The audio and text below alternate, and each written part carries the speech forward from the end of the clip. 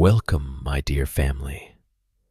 Before we begin our spooky journey tonight, remember to like the video, subscribe to the channel, and share this video with anyone who enjoys bedtime scares.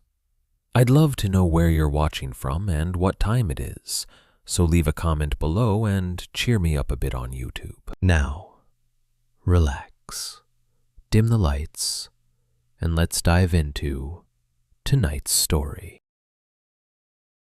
Story 1. I rented a cheap cabin in Idaho for one night. There was already someone living inside the walls. I was 26 when this happened, and for a long time I avoided telling it the way it really happened, because every version sounded insane the moment it left my mouth. If I just said, I rented a cabin in Idaho and something was inside the walls, people leaned back, folded their arms, and gave me that polite little nod people give when they've already decided you're exaggerating. So I usually shortened it. I'd say, I booked a bad Airbnb during a winter drive and had a creepy host. That part was true. It just wasn't the worst part. The worst part was what I found when I understood why the place had been so cheap, why there were no exterior photos on the listing, and why the owner kept smiling at me like he was waiting for something to happen. This was in late December, 2 days after Christmas. I was driving from Bellingham, Washington down to Cedar City, Utah to meet my brother and his family for a belated holiday. I'd done long solo drives before and never minded them. I actually liked that stretch of highway through the inland Northwest. Long gray roads, truck stops with burnt coffee, old country stations drifting in and out through static, mountain silhouettes fading under early winter dark. I was supposed to break the drive around southern Idaho, sleep 6 hours, shower, and be back on the road before sunrise. That was the plan. I booked the place around Spokane while sitting in the parking lot of a Chevron, eating a stale breakfast sandwich and checking lodging prices on my phone. Everything decent along the interstate was either booked or stupid expensive because of holiday travel. Then I found this listing. Rustic private cabin near Salmon River. Quiet, clean, convenient. $78. That was the first red flag. A motel in the middle of nowhere would have cost more than that week. But the listing had 6 5-star reviews, and the interior looked normal enough. Wood walls, old stone fireplace, plaid blankets, a narrow bed, tiny bathroom, little kitchenette. It didn't show the exterior of the property, which I noticed, but I told myself maybe the host just cared more about the inside. There was a long paragraph about peace, privacy, and the authentic Idaho mountain experience. It specifically said private cabin twice. I remember that because I went back later and checked. The host's name was listed as Ethan. He responded almost immediately after I booked. Road may be icy after dark. Drive slow. I'll be there to meet you. That line bothered me a little. Not enough to cancel, just enough that I noticed it. I drove the rest of the day through a cold, washed-out winter landscape. Patches of snow in the ditches, pine forest black against the sky. Wide, empty stretches where you could go 10 minutes without seeing another car. Somewhere past Riggins, I stopped for gas at a tiny station with one pump island and a yellowed sign for diesel. The guy behind the counter was watching a game on a little TV mounted in the corner. I bought coffee and asked if there were many rentals out that way, just making conversation. He shrugged. Couple cabins, hunting leases, old family places, not much else. When I told him the county road number from my directions, he looked up for a second longer than normal. Up that way? Yeah.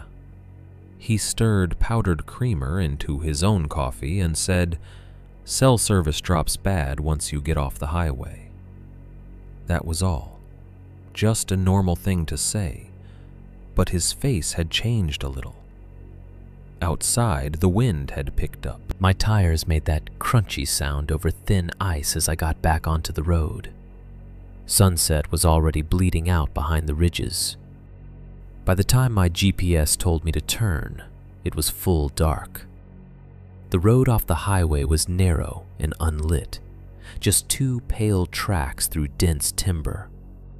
Branches leaned over in places, like they were trying to close the road behind me. Snow packed hard beneath my tires. Every few seconds, my headlights caught fence posts, old mailboxes, reflectors nailed to trees. I drove slower than I wanted to because I could feel the truck slipping under me on curves. The cabin appeared suddenly. One moment, there was only forest. The next, a structure rose out of the dark to my left, bigger than anything I'd pictured from the photos. Not a cozy little standalone cabin, not even close.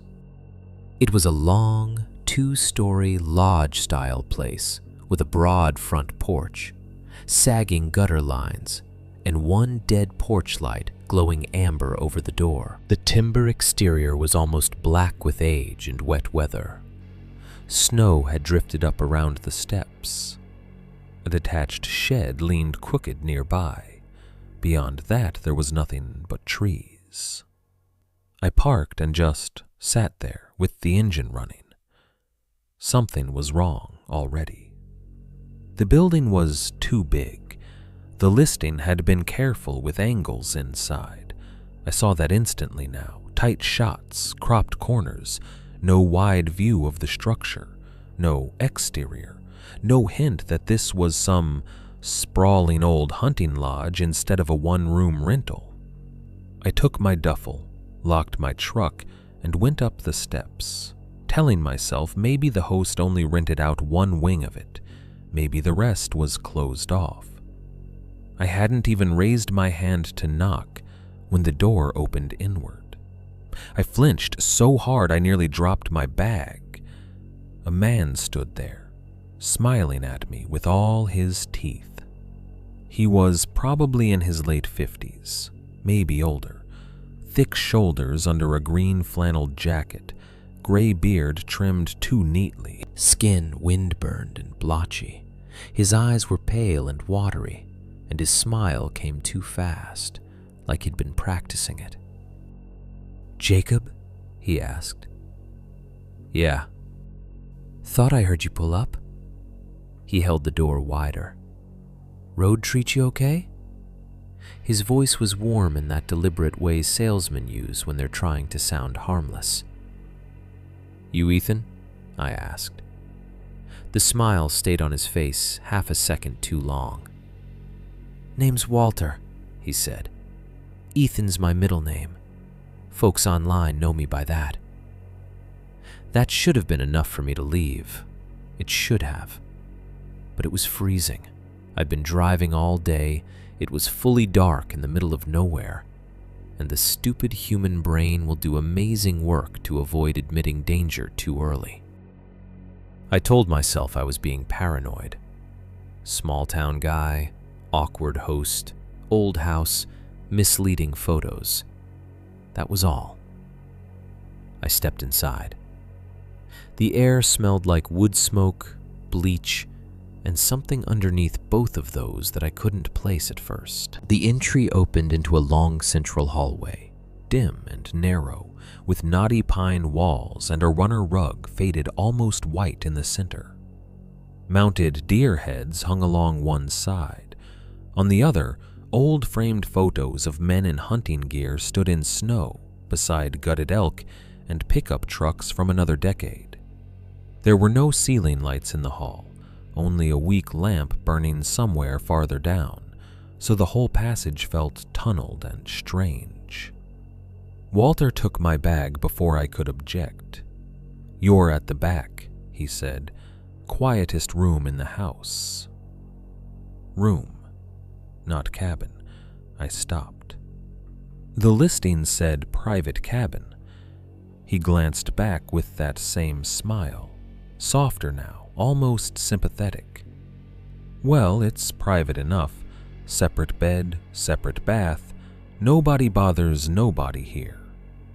I should have turned around right then, said no thanks, gotten back in my truck and driven until I found a motel with flickering vacancy letters and bulletproof glass at the front desk. Instead, I followed him. That decision bothered me for months afterward. I kept replaying it, trying to find the exact point where good sense should have overridden politeness. The truth is, there usually isn't one clean moment. It happens in little compromises. You're tired. It's cold. The road is bad. You don't want to seem rude. You don't want to believe a situation is dangerous until it becomes impossible not to. He led me all the way down the hall to the last door on the right. He opened it and flicked on a lamp. The room itself looked almost exactly like the photos. That was the genius of it. Small bed, old dresser, patchwork quilt, a little bathroom through a narrow doorway, cheap art of mountains and trout on the walls, one window with heavy curtains, a cracked leather chair in the corner. Normal enough to make me question my own instincts. Walter set my bag down by the dresser and held out 2 keys on a brass ring. One to the front door, one to your room. Lock either if you like. I took them. You live here? I asked. On and off, he shrugged. Family place. Too much house for one man, so this helps with taxes. He stood there another moment, smiling. Need anything? Holler. Then he left. I closed the door and locked it immediately. The room felt colder than the hallway had. I set my bag on the bed and just listened. The house creaked in irregular little pops, settling sounds, wind sounds, old wood sounds. Somewhere far off, a television murmured. Pipes knocked once in the wall. Then silence again. That smell was stronger in the room. Not just bleach, not mildew. Something sweet and rotten underneath it. Faint enough that I could almost convince myself I imagined it. Like meat left too long in a cooler. Like copper and damp plaster. I texted my brother the address and a quick message. Place is weird. If you don't hear from me by 8 tomorrow, call me. He responded with a laughing emoji and told me to stop watching murder documentaries. I took a photo of the room and sent it anyway. Then I checked the lock again. I opened the booking app to reread the listing. My stomach tightened. The wording had changed. I know how that sounds, but it had. Earlier, it said private cabin. Now it said private guest suite in rustic mountain property. I stared at the screen, went back, refreshed, read it again. Private guest suite. Maybe I had read it wrong before. Maybe I was tired. Maybe hosts could edit listings after booking, and I had just never noticed. But the feeling that came over me then was not confusion. It was the ugly, sinking certainty that I was being managed. I looked at the reviews more closely. All 6 were from the previous 8 months. All vague, all short. Great stay, quiet spot, friendly host, cozy and unique. None mentioned weather, nearby landmarks, details about the area. Nothing that sounded like a real traveler. I should say here that I'm not the guy in horror stories who keeps pushing forward just because the plot needs him to. I didn't go exploring for fun. I didn't hear a noise and decide to investigate because I was curious. I decided I was leaving. That was my first good decision of the night. I unzipped my bag and repacked the few things I'd taken out: phone charger, toothbrush, clean shirt, pill bottle. My hands were moving faster now, clumsy. I put my coat back on. Then there was a knock on the door. 3 soft taps. I froze. I hadn't heard footsteps, not one board creak, not one shift in the hall. Just the knock. "Yeah?" I called without opening it. "How's the room?" Walter asked through the door. His voice was right there, close enough that I pictured his mouth inches from the wood. "It's fine. You settling in okay?" "Yeah, just tired." A pause. Then, in that same mild tone, he said, "You locked the door." Every muscle in my body tightened. I didn't answer. Another pause. Then he chuckled softly, as if he'd made a harmless joke. "Nothing wrong with that. Sleep better when you lock up." I stood completely still, watching the knob. It didn't turn. After maybe 10 seconds, I finally heard him move away down the hall. Slow, deliberate steps, disappearing one by one. I waited another 30 seconds, then grabbed my bag and went to the window. It wouldn't open, painted shut. I tugged harder. Nothing. I went to the door and pressed my ear to it. The TV was louder now, somewhere nearer the front of the house. A man's voice, maybe a game, maybe news, hard to tell. I took one breath to calm myself and unlocked the door. The hallway was empty. I stepped out, bag slung over one shoulder, and started walking fast toward the front entrance. Halfway there, something made me stop. At first, I thought it was the smell, suddenly stronger.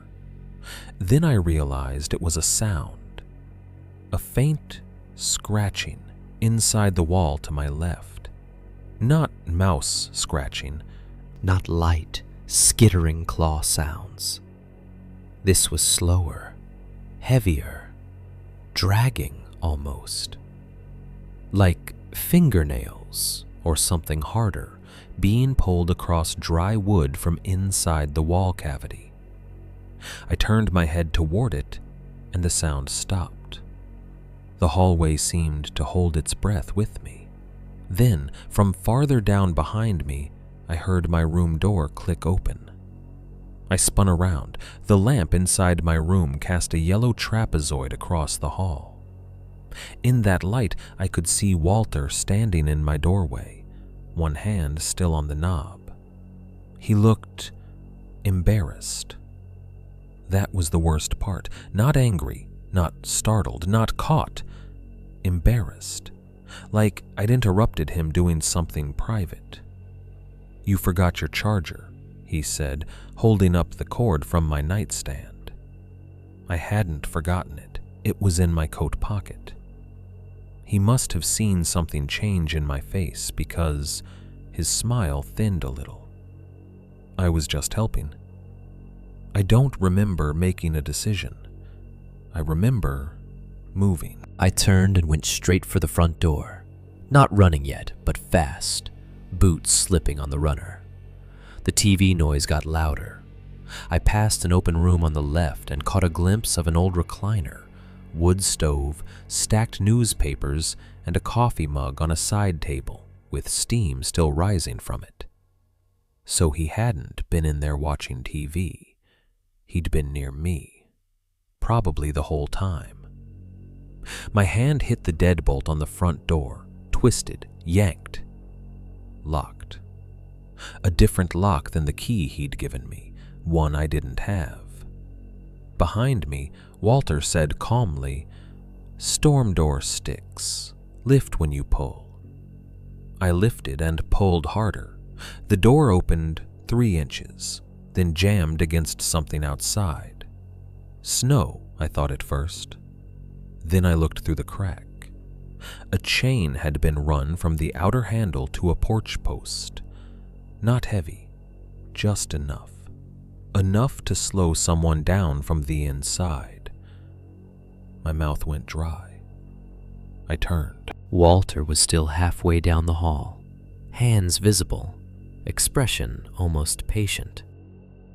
"You don't need to make a scene," he said. "What the hell is that?" "Road gets drifters sometimes." "You chained the door, so nobody wanders in at night." "Bullshit." He sighed like I was being difficult. "You city people get worked up over every little thing." I took out my phone. No signal, not one bar. He saw me check and nodded slightly, as if confirming something he already knew. "I've got a landline if you need to call somebody," he said. That line was so obviously insane that it cleared my head a little. I stepped backward, keeping the front door at my side. "I'm leaving." "Road's bad." "I don't care." He looked at me for a moment. Then he smiled again, but this time something in it had dropped away. The warmth was gone. What remained looked practiced and empty, like a mask he was tired of holding up. "Probably should have left before dark," he said, and from somewhere inside the wall beside the hall mirror, something hit the wood hard enough to make the frame rattle. I jerked away from it. A second impact came lower this time. Then a scraping slide. Walter didn't even turn his head. That was when I knew, really knew, that whatever was in the wall was not a surprise to him.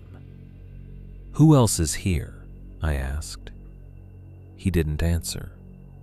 The thing inside the wall moved again, traveling behind the paneling with a wet, dragging sound, as if it were following the length of the hallway toward us.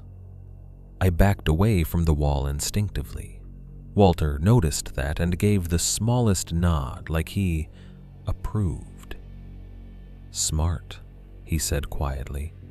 "Don't stand too close." The sound stopped near the front of the house. Then came one slow knock from inside the wall at shoulder height. I looked at Walter. He looked at the wall, and in a tone so normal it made my skin crawl, he said, "Easy now." A reply came from the other side, not words. Breathing. Low, raspy, uneven breathing filtering through a seam in the paneling near the baseboard. My body went cold all over. Walter took one step toward me.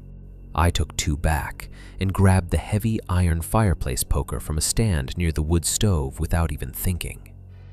His eyes dropped to it. "Son," he said, "that won't help you." The wall beside the front door bulged outward. Not much, just enough to show movement behind it. A nail popped free and hit the rug. Then a section of trim peeled forward from the bottom as something pushed against it from inside. I did the only useful thing I'd done all night. I swung the poker at Walter as hard as I could. I didn't hit his head.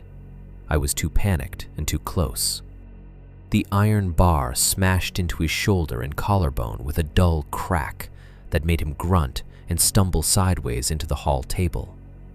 A framed photo fell and shattered. I dropped my bag, jammed the poker through the gap in the front door handles, and used it like a lever to wrench the chained outer door wider. The chain outside snapped one link at a time with metallic pops. Walter lunged for me and got one hand on the back of my coat. I twisted free, half fell through the doorway, slammed my hip into the porch rail, and spilled into the snow. I hit the steps hard enough to tear skin off my palm, scrambled up, and ran for my truck.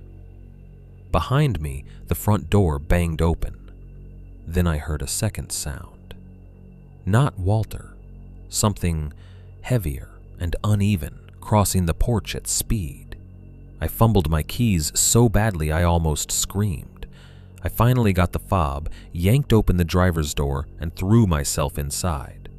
As I slammed it shut, something struck the passenger side of the truck hard enough to rock the whole vehicle.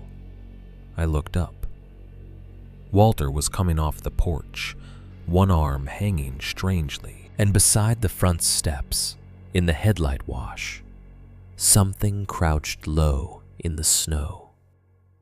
At first, my brain couldn't understand what I was seeing. It looked human, only in the way roadkill sometimes still looks like the animal it used to be. Too thin, too long through the arms, head bare and pale, scalp patchy with wet hair stuck to it. Its back arched under layers of filthy clothes, or maybe blankets, tied around its body with extension cords and rope. One side of its face was wrong, skin pulled tight and shiny over the cheekbone, lips split back too far, as if scar tissue had healed crooked. The other side was hidden by darkness. But what I saw most clearly were the hands. Bare, raw-looking hands with dark, broken nails and red cracks splitting the skin to the wrist. In one hand, it held a strip of wood trim, with nails still sticking out of it. I threw the truck into reverse and floored it. The tires spun first, whining on packed snow. The crouched thing moved fast. Faster than it should have, slapping a palm against the passenger window with a wet smack that left a streak. Then the tires caught. The truck shot backward, fishtailed, clipped a snowbank, then straightened as I jerked the wheel and tore down the road without headlights for the first few terrifying seconds because my hands were shaking too badly to find the switch. I don't remember the first mile very clearly. Just trees blasting past in narrow yellow tunnels. My own breath sawing in and out. The rear view mirror showing only darkness and, once, maybe imagined, a single porch light far behind, shrinking between branches. When I hit the highway, I didn't stop. I drove south until I saw lights from a 24-hour gas station outside a little town whose name I didn't catch. I pulled in, crooked across two spaces, left the truck running, and went inside, carrying the poker like a weapon. The woman at the register stood up immediately. I must have looked feral. Snow on my clothes, blood on my hand, face white as paper. I said, "Call the police." She already was. The county deputy who responded met me there about 15 minutes later. Heavy-set guy, late 40s, tan uniform, calm voice. He listened without interrupting while I tried to explain. I told him about the listing, the locked room, the chain on the door, Walter, the noises in the wall, the thing on the porch. I left out nothing, because by then I was too scared to care how crazy I sounded.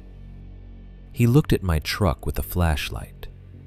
There were long smears on the passenger side, half mud and half something darker. At the edge of the window, caught in the rubber seal, was a piece of skin.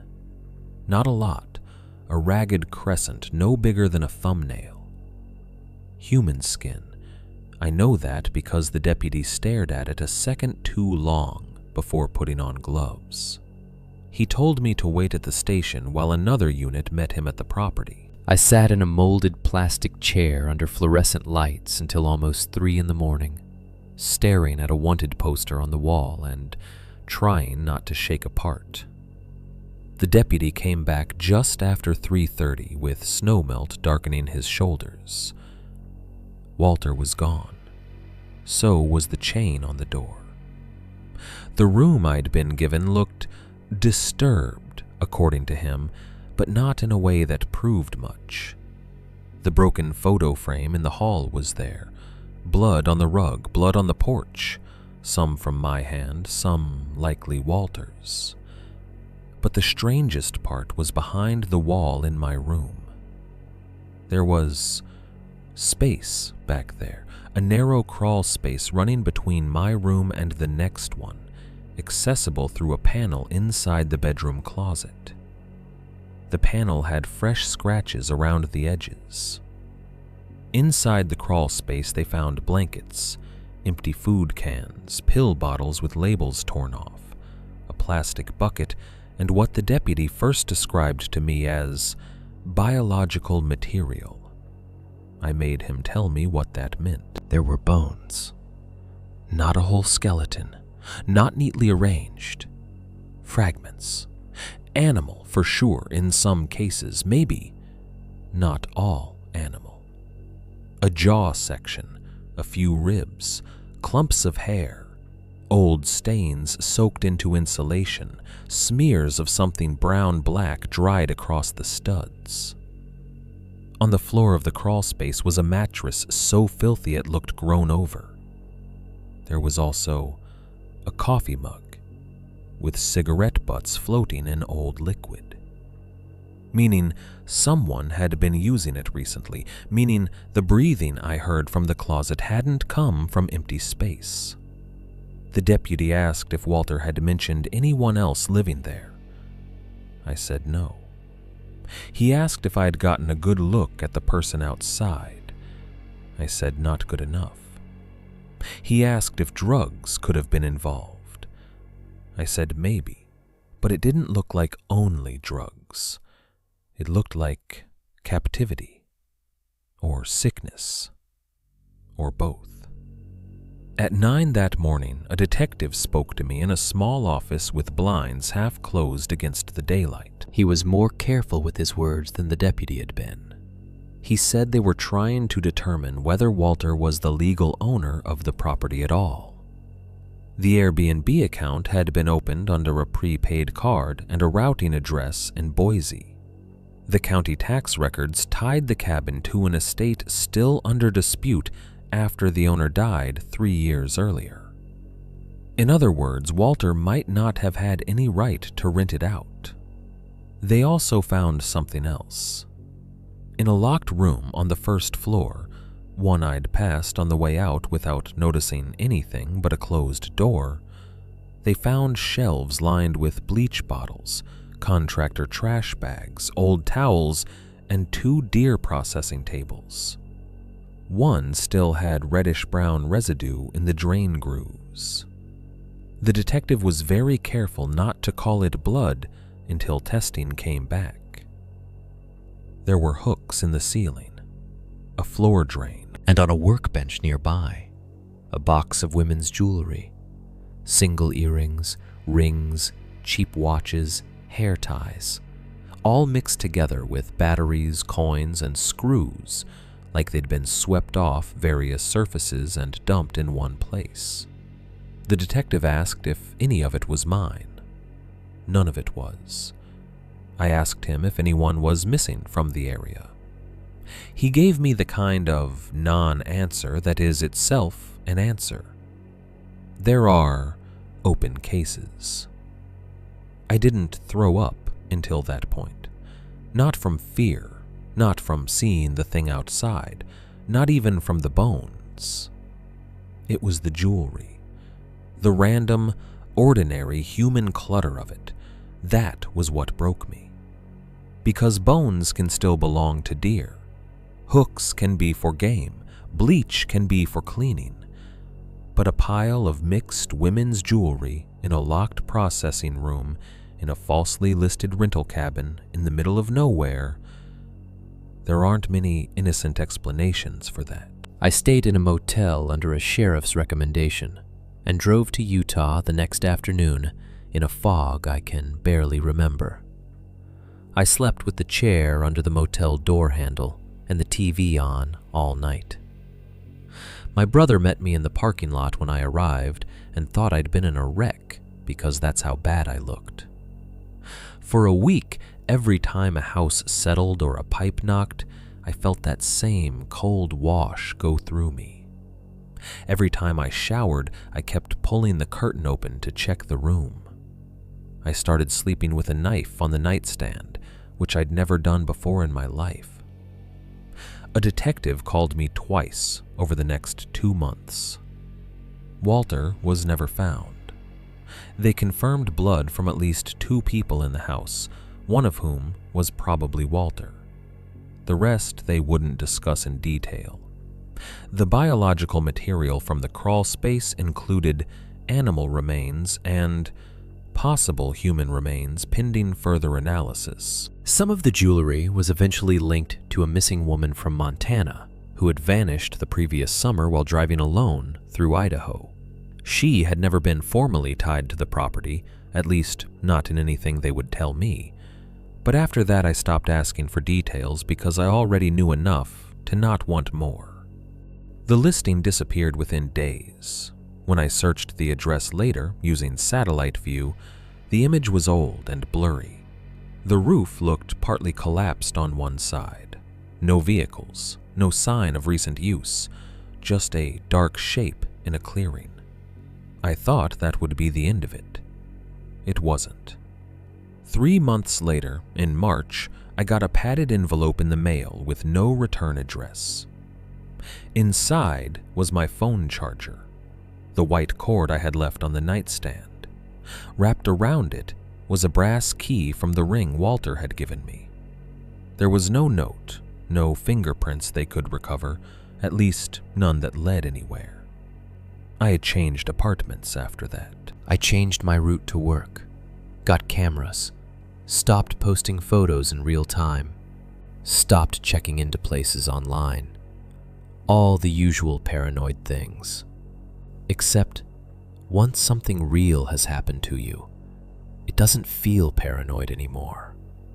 It feels procedural.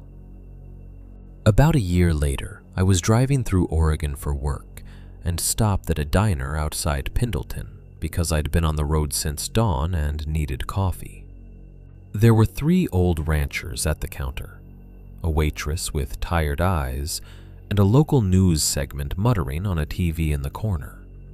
I was halfway through my second cup when I saw him. Not Walter, the other one. Or I think it was. Across the lot, beyond the fogged diner window, a figure moved behind a row of parked trucks near the ice machine. Bent posture, 2 thin frames swallowed in layers of clothes. Pale head. One hand resting high against the side of a pickup, as if steadying itself.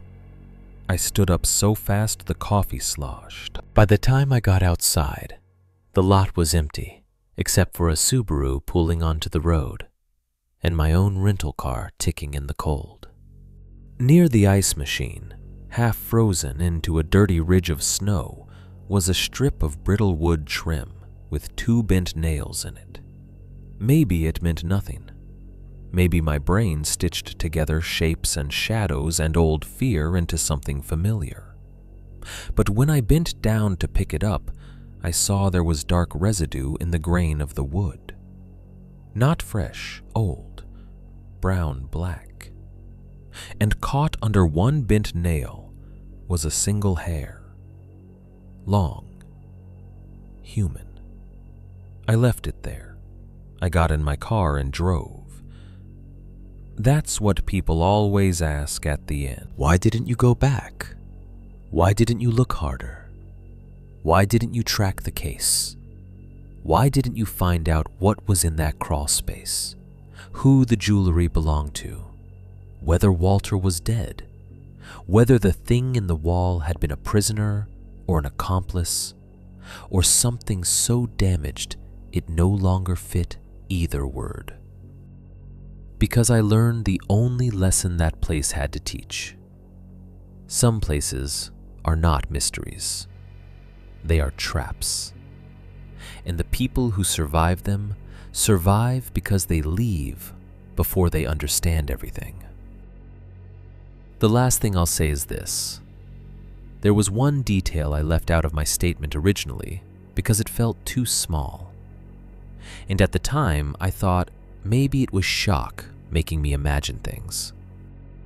When I first backed out of that driveway and the crouched thing slapped my passenger window, it left more than a smear.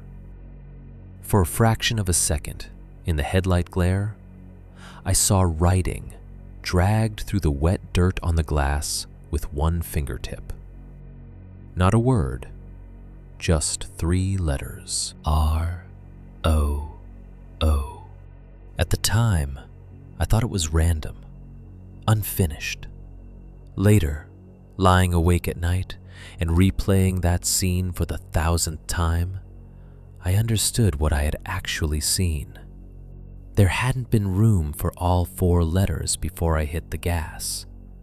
It hadn't been scratching nonsense. It had been writing the place it came from. Room. Not help, not run, not no. Just room. As if that single word explained everything. As if that was what it had been reduced to.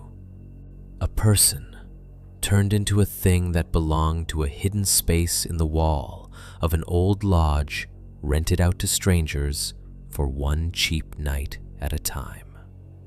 Sometimes I still dream about that hallway, the weak lamp, the deer heads, the old photos, the wall beside me moving, and Walter standing there with that patient smile, listening to something breathe on the other side of the wood, like it was a dog waiting to be fed.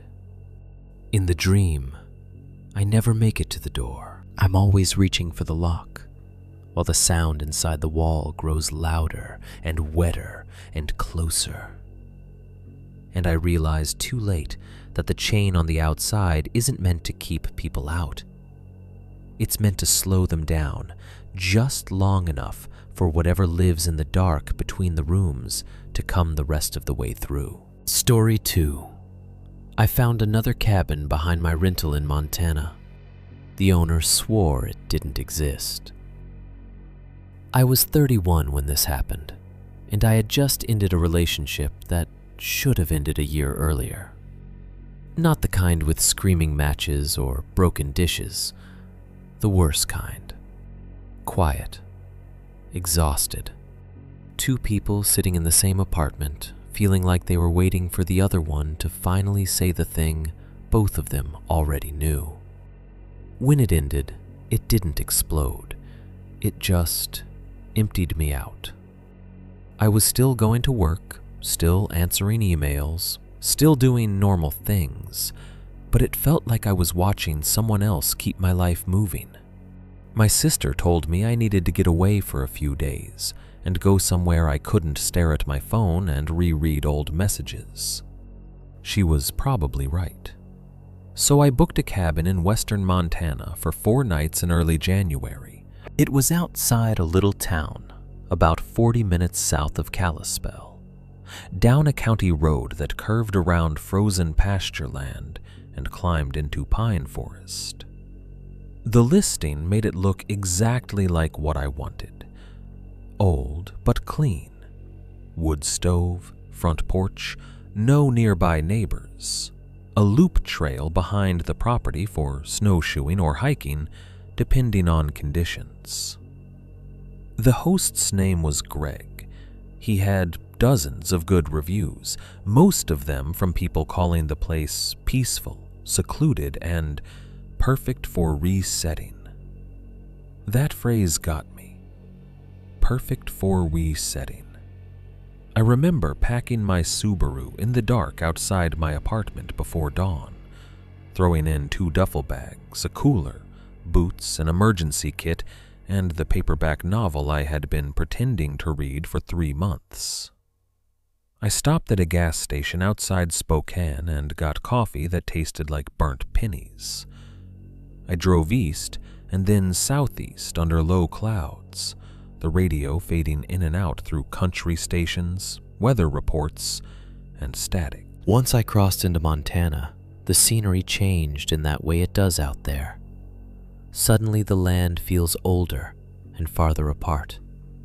Fewer houses, longer distances between gas stations, pickup trucks with rifle racks, hand-painted signs for firewood, snowmobile repairs, antler sheds for sale. By the time I reached the turnoff to the county road, the sky had already started graying toward evening, even though it was only a little after 4. I stopped once at a tiny general store attached to a gas pump and asked the woman behind the counter if I was headed the right way for the address.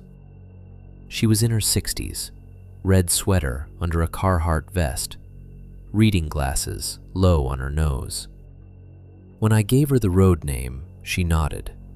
"Keep following it till you pass the old Ranger spur. You'll lose service about then." I told her that matched what the GPS had been warning me. She smiled a little, but not much.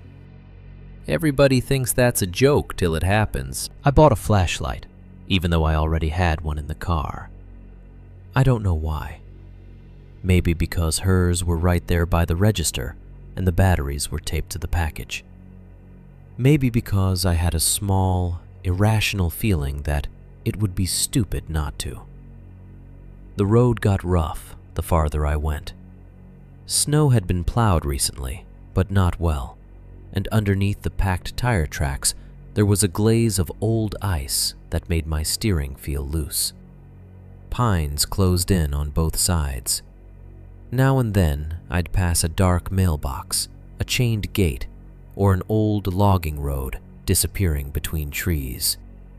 Once I saw a deer carcass in the ditch, half-skinned by scavengers. Its rib cage looked white-blue in the last of the daylight. The cabin was exactly where the directions said it would be, just past a bend marked by an old wooden sign nailed to a post. Hollow Pine Lane. The property opened into a small clearing backed by timber and a rise of land behind it. The cabin itself was one story, cedar-sided, with a deep porch and a green metal roof. Yellow light glowed through the windows. Smoke curled from the chimney. For the first time that day, I relaxed. It looked normal. More than normal. It looked good. Like the listing photos had been honest for once. I parked beside a dark blue Ford pickup dusted with salt and snow. Before I even shut off the engine, the front door opened and a man stepped onto the porch. He raised one arm and waved. Greg, I assumed. He looked to be in his mid-50s, broad build, thick beard, baseball cap, insulated flannel jacket. Not especially warm, not unfriendly either. Just reserved in a way that read rural more than creepy. He came down the steps while I got out and introduced himself. "Road all right?" "A little slick. County half-asses the back end this time of year." His voice was low and matter-of-fact. He helped me carry my duffel to the porch, showed me the keypad lock, and walked me through the cabin in under 5 minutes. Living room, little kitchen, bathroom, 1 bedroom, backup propane heater if the power failed, emergency radio in the cabinet, extra lantern under the sink. It all felt practical, lived in, real. Inside smelled like cedar, dust, and wood smoke. No weirdness. No fake cozy touches staged for photos. There was a faded Pendleton throw over the couch, a rack of old VHS tapes nobody probably watched, and a laminated map hanging beside the front door, showing the property boundary and the trail loop behind the cabin. Greg pointed to it with one thick finger. Trail's easy enough in daylight if snow doesn't cover the markers. Don't go wandering off the ridge side. Ground drops fast in a few places. Also, orange season's still on for late permit holders farther west, so if you hike much, wear bright. Hunting season? Remnants of it. He paused, like there was something else he almost said, then didn't. If you need me, I'm about 15 minutes down the road. Signal's weak, but texts usually go through, eventually. That was it. No weird smile, no over-explaining. He left in his truck, tires crunching away through the snow, and I was alone. That first night was exactly what I'd hoped for. I made boxed mac and cheese with chopped up sausage in the little kitchen, opened a bottle of cheap red wine, sat by the wood stove, and read maybe 5 pages before I started just staring into the fire instead. The silence out there was the kind that at first feels healing, and then, once your ears adjust, starts to feel enormous.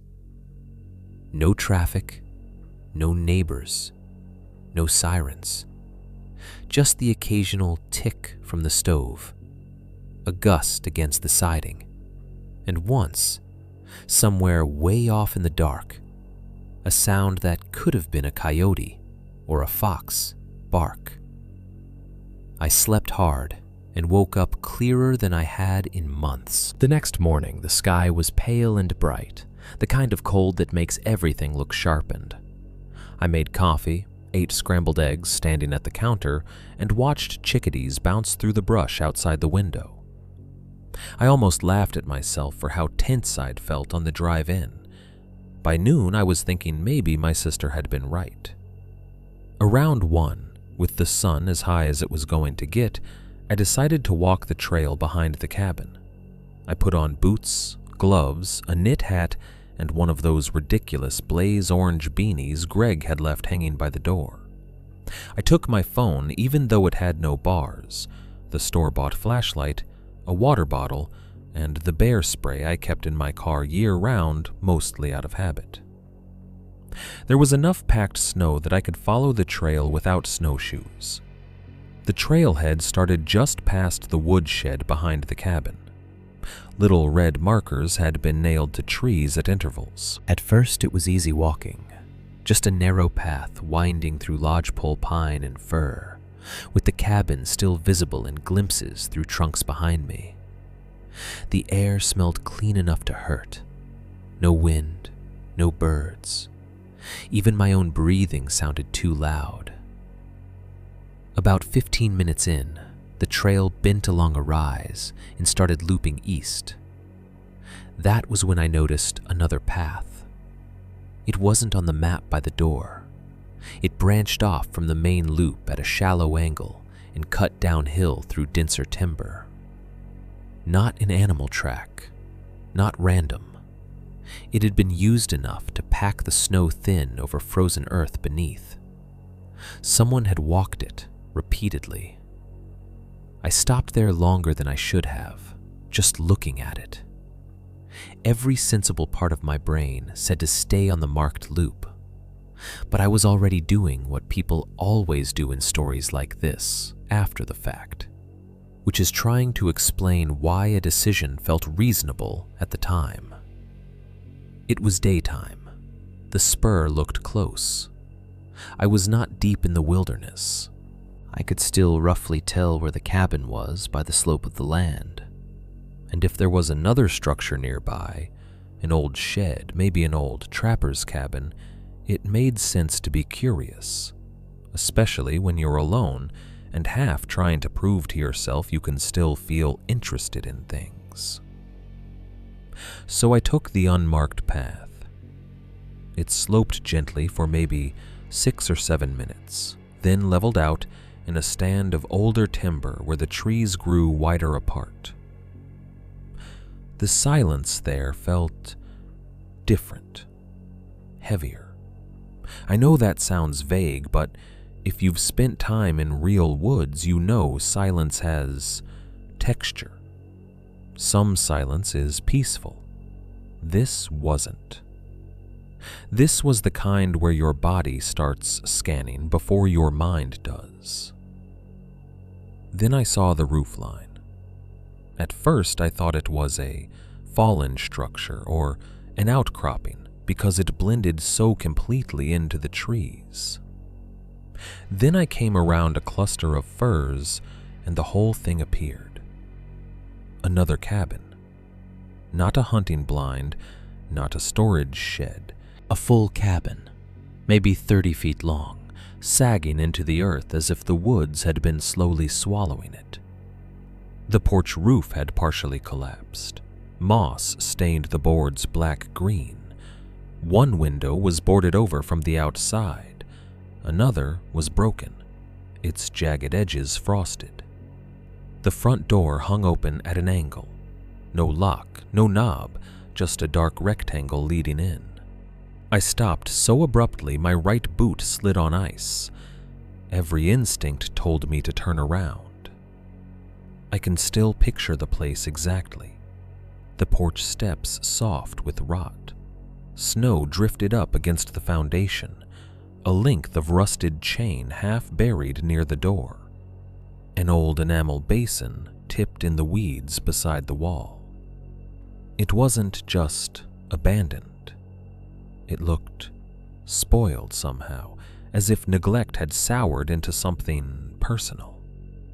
I went closer anyway, but not because I wanted adventure. Because once you find a place like that, unexpectedly, some hardwired part of you needs to make it make sense. You want one normal explanation to erase the feeling that came with seeing it.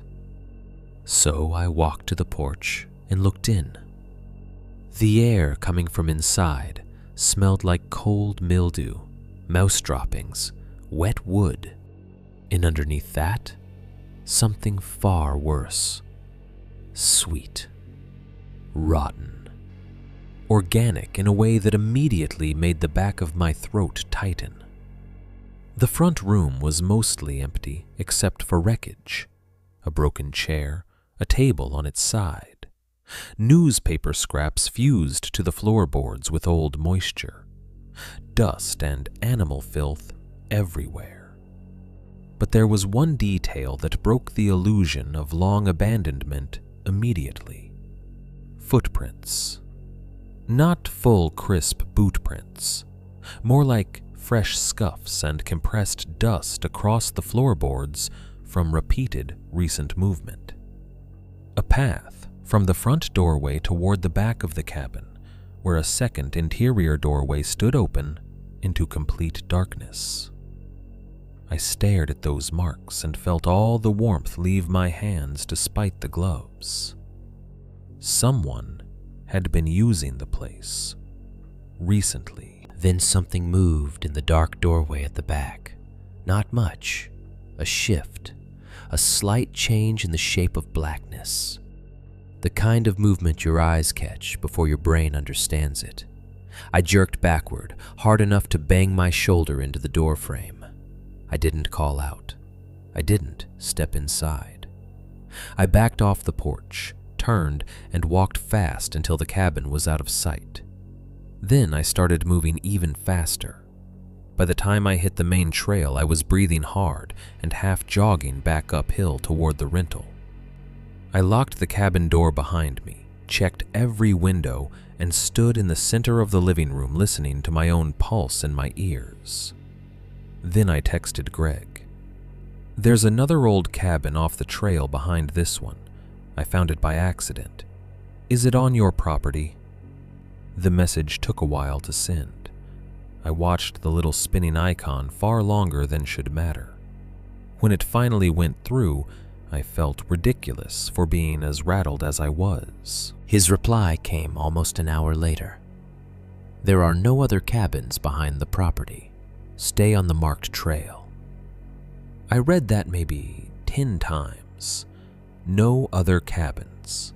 Not that old place isn't safe. Not don't go in there, not must be one of the old structures farther down, just a flat denial. I texted back immediately. I'm telling you, I found one. About 7 minutes off the loop trail downhill, front door hanging open. No response. I called, straight to voicemail. I should have left then. That's the part I've replayed most often, because unlike the first decision, this one should have been obvious. There was enough daylight left for me to get back to town if I moved, but fear does strange things to decision-making. Half of me thought Greg was being evasive because maybe he didn't want renters poking around an unsafe ruin on neighboring land. The other half thought I was overreacting after months of stress and loneliness. On top of that, the cabin I was in still felt safe in practical ways. Solid door, working locks, vehicle outside, road accessible. Leaving in the dark on ice also carried real risk. So I did what a lot of people do in bad situations. I compromised. I decided I'd stay one more night, keep the place locked, leave at first light, and report the extra structure to Airbnb later if needed. I wish I could tell you that was the last normal decision of the day. By late afternoon, the sky had turned a flat iron color. I made soup from a can and tried watching an old DVD I found in the cabinet because the Wi-Fi was useless. I kept checking the windows without meaning to. Every time the cabin settled or the stove clicked, my shoulders tightened. Around 5, I noticed something I hadn't seen before. Behind the front door, leaning in the corner, was an old snow shovel with something dark dried along the metal blade. Rust, I thought at first. Then I picked it up and saw small, pale fibers stuck in the dried residue. Not fibers. Hair. Animal maybe. Human maybe. The blade edge had a thin, nicked shine in places where something harder than soil had struck it repeatedly. I set it back exactly where I'd found it and wiped my hand on my jeans, like that could remove the feeling of it.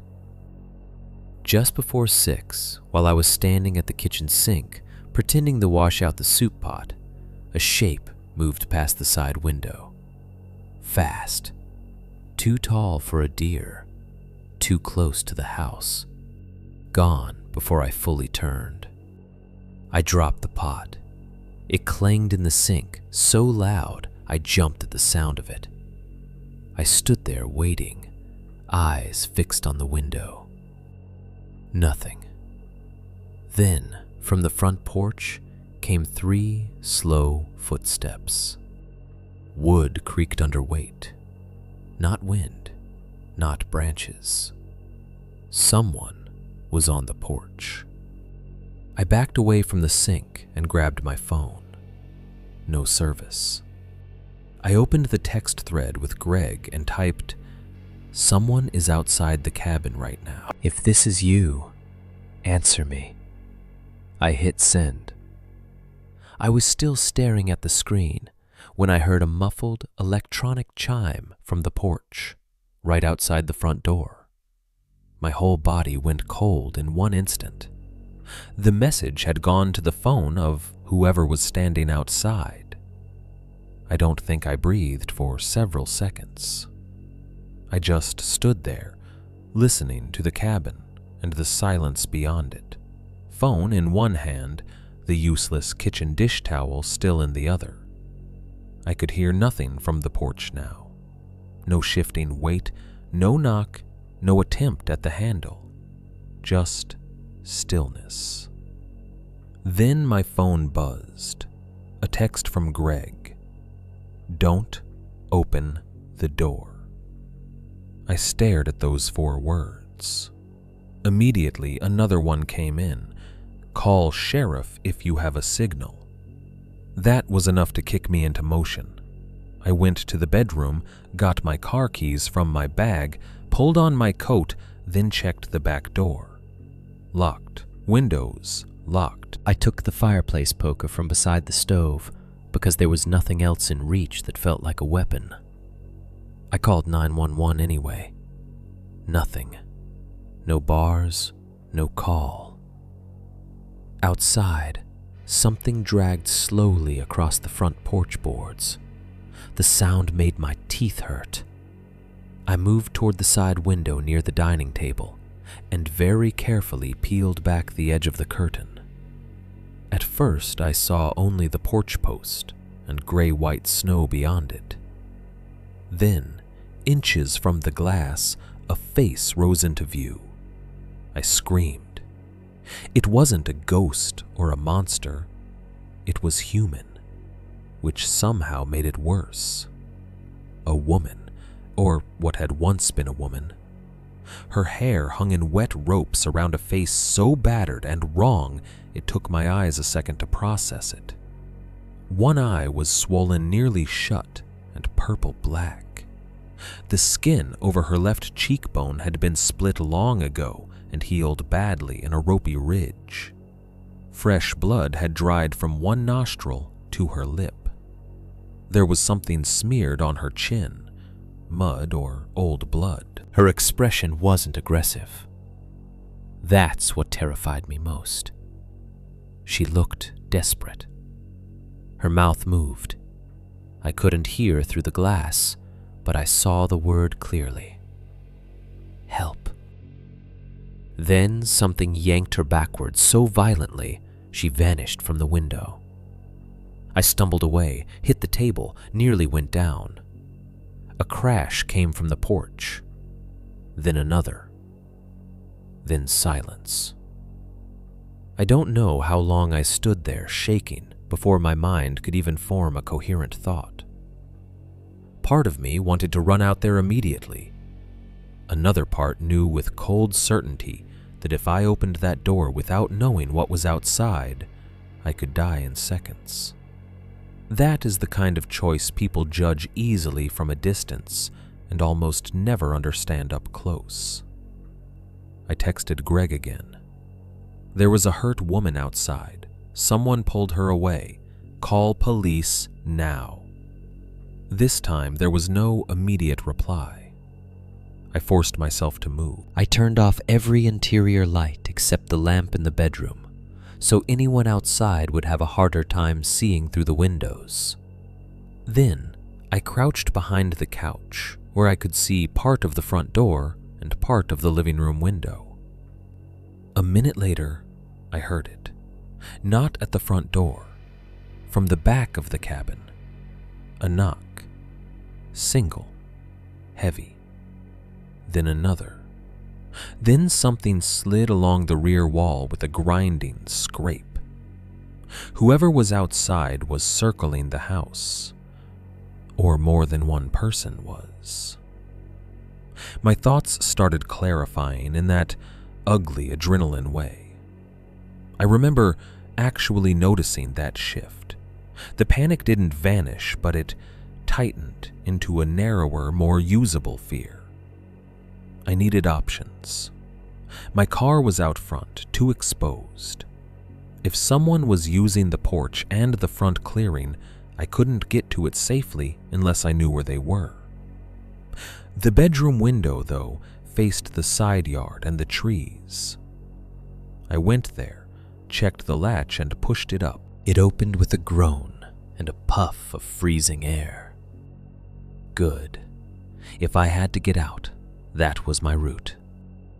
My phone buzzed again. Greg, deputy en route from town, 20 to 25 minutes. Stay quiet. Do not go outside. 20 to 25 minutes might as well have been 2 hours. Then, a new sound came from the porch. A voice. Low. Male. So close I could hear it through the door. Ma'am? Not shouting, just conversational. Need you to open up a second.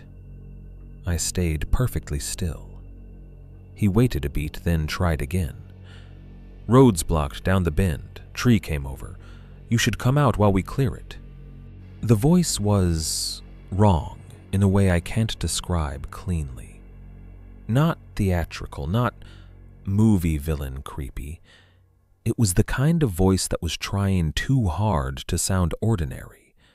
A man pretending the conversation already made sense. I didn't answer. The doorknob turned once, slow and testing. Locked. He released it. Then, very softly, the woman started crying outside. I felt every hair on my arms rise under my sweater. Not sobbing, just the thin, exhausted weeping from somewhere right beside the porch steps. Hurt enough to be real, controlled enough to be used. "Please," she said. This time, I could hear her through the wood. "Please let me in." I stayed still. I hated myself for staying still, but I did. And then came the sound that justified it. A second male voice, farther from the door, said sharply, "Stop that!" The crying cut off at once. Not faded. Stopped. Like a faucet turned. There were at least 2 men out there, maybe more. I moved backward from the couch, inch by inch, and went to the bedroom window. That was when I saw the lights. At first, just a pale flicker through the trees behind the cabin. Then another. Flashlights. 2 or 3 of them, moving between trunks on the slope leading down behind the house. They weren't searching randomly. They were closing in. I didn't wait any longer. I shoved the screen out of the bedroom window, threw my bag onto the snow outside, climbed through, and dropped into the side yard. The cold hit like a slap. Snow went over the tops of my boots. I crouched there, listening. From the front of the cabin, the man called again, louder now. "Sheriff's not coming fast enough." He knew. Somehow he knew law enforcement had been called. That changed the shape of my fear completely. This wasn't some random drifter or local meth head trying doors. These people knew the property, the timing, maybe even Greg's habits. I grabbed my bag, kept low, and moved toward the tree line opposite the porch. The flashlight beams behind the cabin were brighter now, slicing between trunks. I could hear men's voices carrying in brief, low bursts. One laughed. I made it maybe 20 yards into the woods before my right foot punched through a crusted drift and I went down hard on one knee. Pain shot up my leg. I bit my glove to keep from yelping and crawled behind a fallen log. That was when I saw the woman again. She was moving between 2 trees downhill from me, half bent over, hands bound behind her back with something silver that caught the light. Duct tape crossed the front of her coat from shoulder to waist, like someone had improvised restraints around her torso after her wrists were tied. One man was dragging her by the upper arm. Another followed with a flashlight and a rifle slung over one shoulder. They weren't looking for me. Not yet. They were taking her back toward the hidden cabin. The old one. The one Greg had denied existed. I should have stayed there. Any sane person would have stayed hidden and waited for deputies. Instead, I did something I've had to explain to myself many times since, and the only explanation that feels honest is that once you see someone being marched into the woods like that, injured and barely upright, some line gets crossed inside you. Fear doesn't disappear. It just gets joined by something else. I trailed them, Not close, not heroically. I stayed back, using trees and the terrain, moving only when the flashlight beams shifted away. My heart was beating so hard I could feel it in my teeth. Snow soaked through one knee of my jeans. The woods smelled like pine resin, cold earth, and distant smoke. They led her down the unmarked path toward the hidden cabin. The front of the place glowed faintly now from light inside. Not electric. Lantern light, maybe. Firelight, maybe. One of the men shoved her up the porch steps. She stumbled and hit the rail hard enough to leave a dark smear on the wood. Blood. I made it to the edge of the trees near the cabin and dropped behind a stump. From there, I could see the doorway. The man with the rifle went in first. The other pushed the woman after him. Then the man on the porch paused, half-turned, and shone his flashlight out into the woods in a sweeping arc. The beam crossed so close to me it lit the side of the stump white. I stopped breathing. After a second, he lowered the light and went inside. I should have run then. Instead, I waited until the voices inside rose, arguing maybe, or barking orders, and moved to the broken window on the side of the cabin. One jagged panel was missing entirely. I crouched beneath it and listened. At first, all I heard was movement, boots on boards, someone breathing too hard. Then a man said, "You spooked the renter." Another voice answered, older and harsher. "Should have handled her before she found this place." Then the woman made a sound, not quite a cry, more like someone trying not to scream through clenched teeth. I looked in. What I saw has never really left me. The front room of the cabin had been cleared out and repurposed. A cast iron stove burned in one corner, vented through a pipe jammed through the ceiling. Lanterns hung from nails. A plastic folding table was covered with medical trash. Bottles, blood-stiff rags, zip ties, duct tape, and tools that were not medical, no matter how neatly they'd been arranged. There was a deer hoist bolted to a central beam, its chain hanging over a stained-black section of floorboards. Along the far wall stood shelves of old food cans, jugs of water, and unlabeled jars holding things I couldn't identify from that angle. And against the back wall, beneath the dark doorway I'd seen earlier, was a pile of bones. Not artistic, not ritualistic, not arranged to shock, dumped. Some clearly animal, deer skull, long leg bones, ribs, but mixed among them were pieces no hunter would mistake.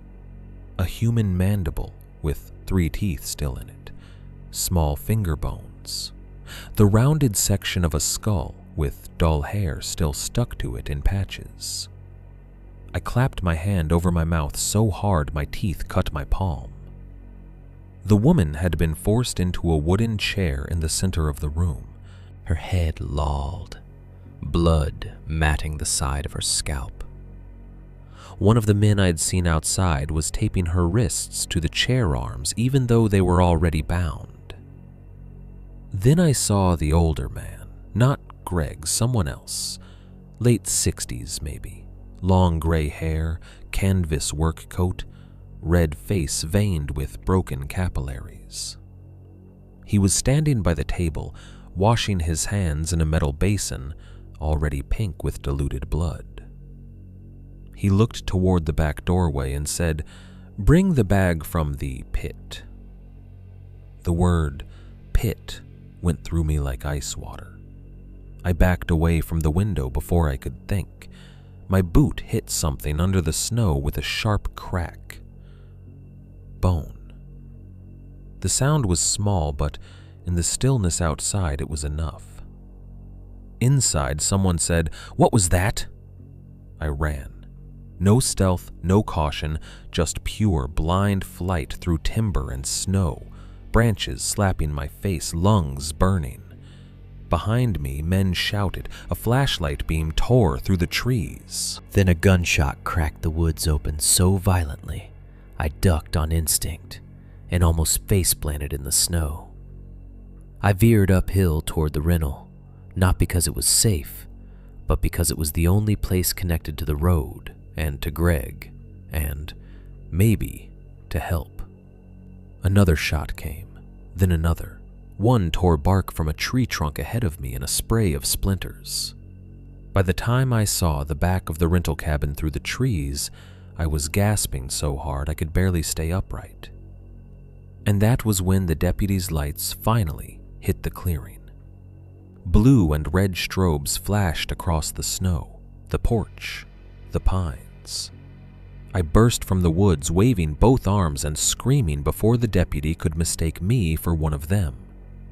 He braked hard, door already opening, sidearm drawn.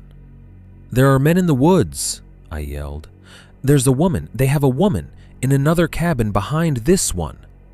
He was already on the radio before I finished. What happened next turned into the kind of chaos memory doesn't preserve cleanly. More units, Greg's pickup skidding into the drive, men yelling commands in the woods, another shot somewhere downhill, then a different sound, one I somehow understood instantly, even before anyone said it aloud. The cabin, the hidden one. It was on fire. Orange light began pulsing through the trees, brightening too fast to be accidental. By the time two deputies and Greg pushed downhill toward it, flames were already punching through the collapsed porch roof. Dry rot and old timber made the whole place go up like it had been waiting years for an excuse. They found the woman in the snow about 30 yards from the cabin, half conscious, wrists still taped, scalp split open, hypothermic and in shock. One of the men, one of the younger ones, was found dead near the side of the structure with a gunshot wound that the sheriff later implied may have come from one of his own people in the confusion, not law enforcement. The older man disappeared into the woods. So did at least one more. The fire destroyed most of the interior before firefighters from town could even reach the site. That should have been the end of it. It wasn't.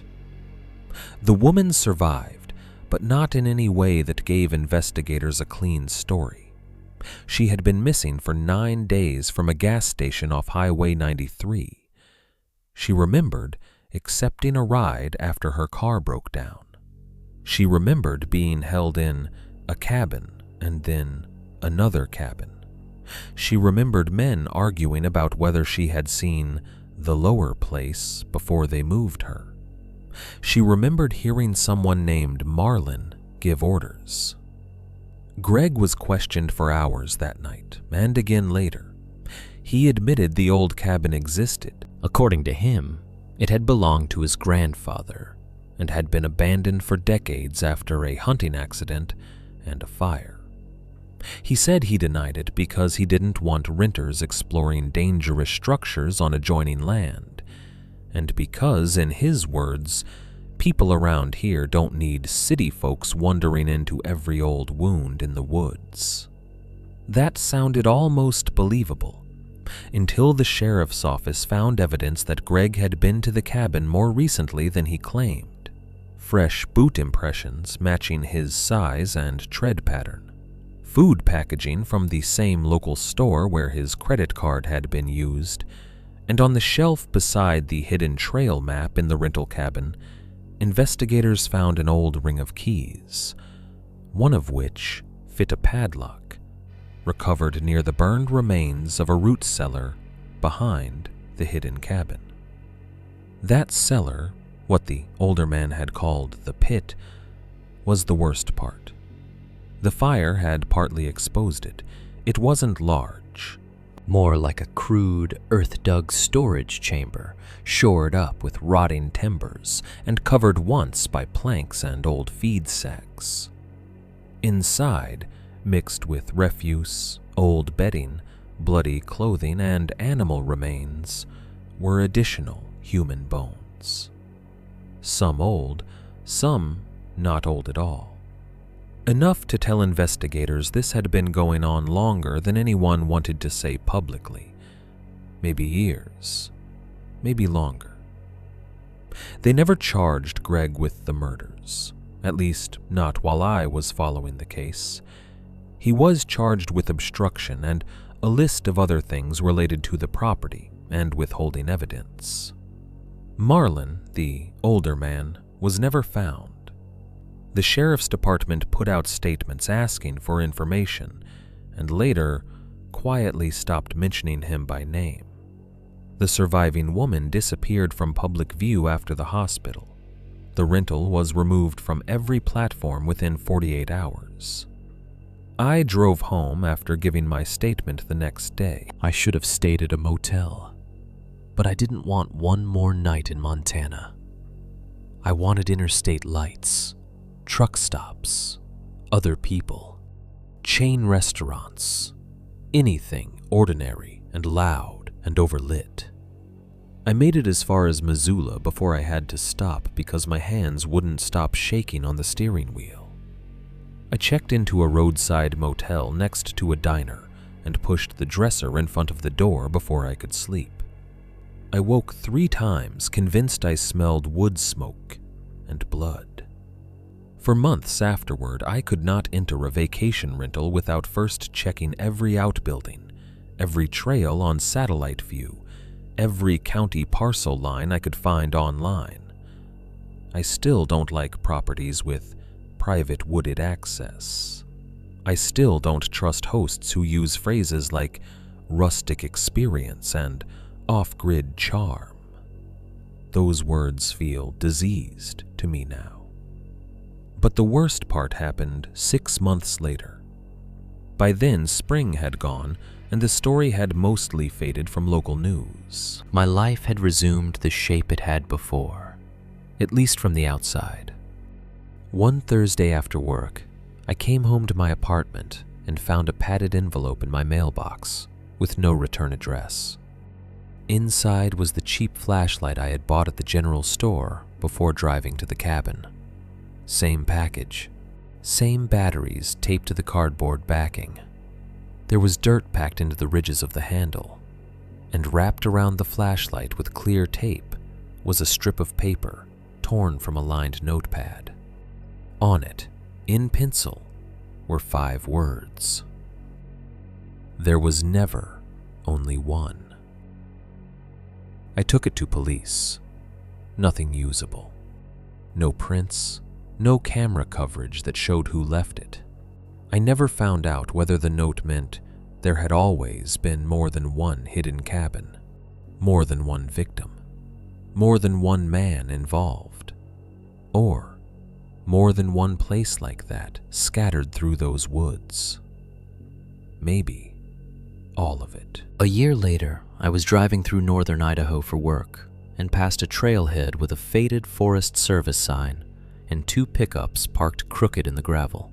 Men in orange vests were talking beside one of them, rifles in hand, laughing about something I couldn't hear. It was completely normal, harmless. Hunting season, America, woods, trucks, men and guns and coffee thermoses and mud. And I had to pull over half a mile later because I suddenly couldn't get enough air. That's what people don't understand about the kind of horror that can happen in real places. It doesn't stay where it happened. It migrates into ordinary things. Porch steps, tree lines, unmarked paths, general stores, men speaking softly through a locked door, a flashlight beam moving between pines.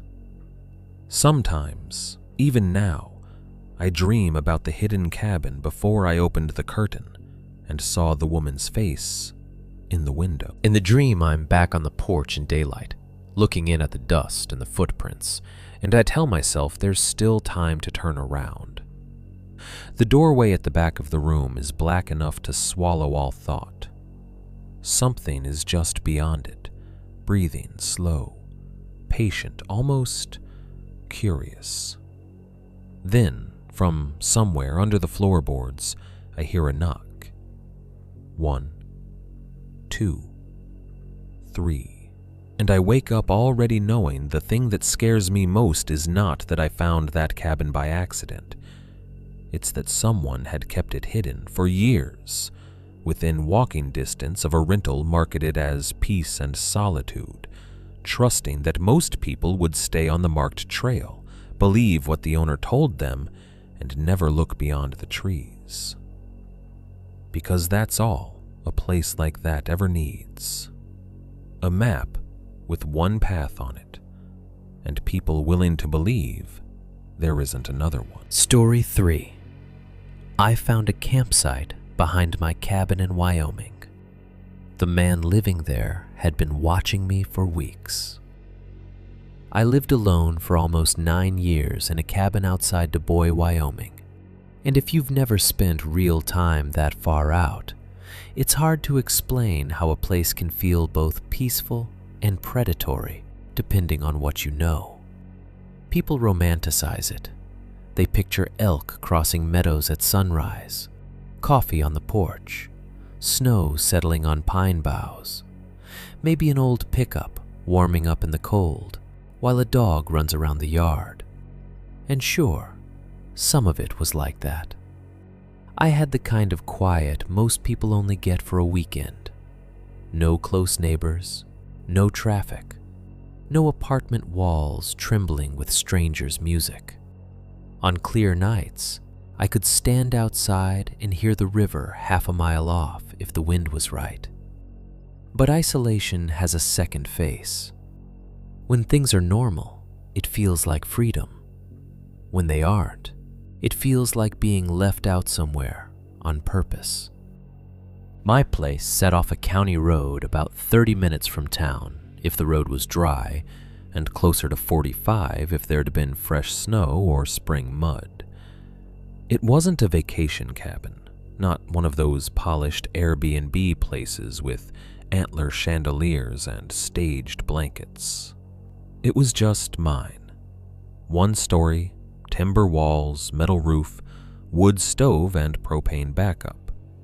A shed out back, a fenced utility area, a short gravel drive, and then woods and open ground on every side. The property line stretched farther than I ever needed to use, blending into mixed pine and aspen that ran up toward low ridges and old game trails. I worked remote for a construction supply company out of Casper, mostly logistics and vendor coordination. Not glamorous, but it paid consistently, and that mattered more to me than glamour ever had.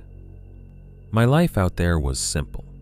Coffee at 5:30, check emails, inventory reports, Maybe a drive into town twice a week for gas, groceries, hardware store stuff.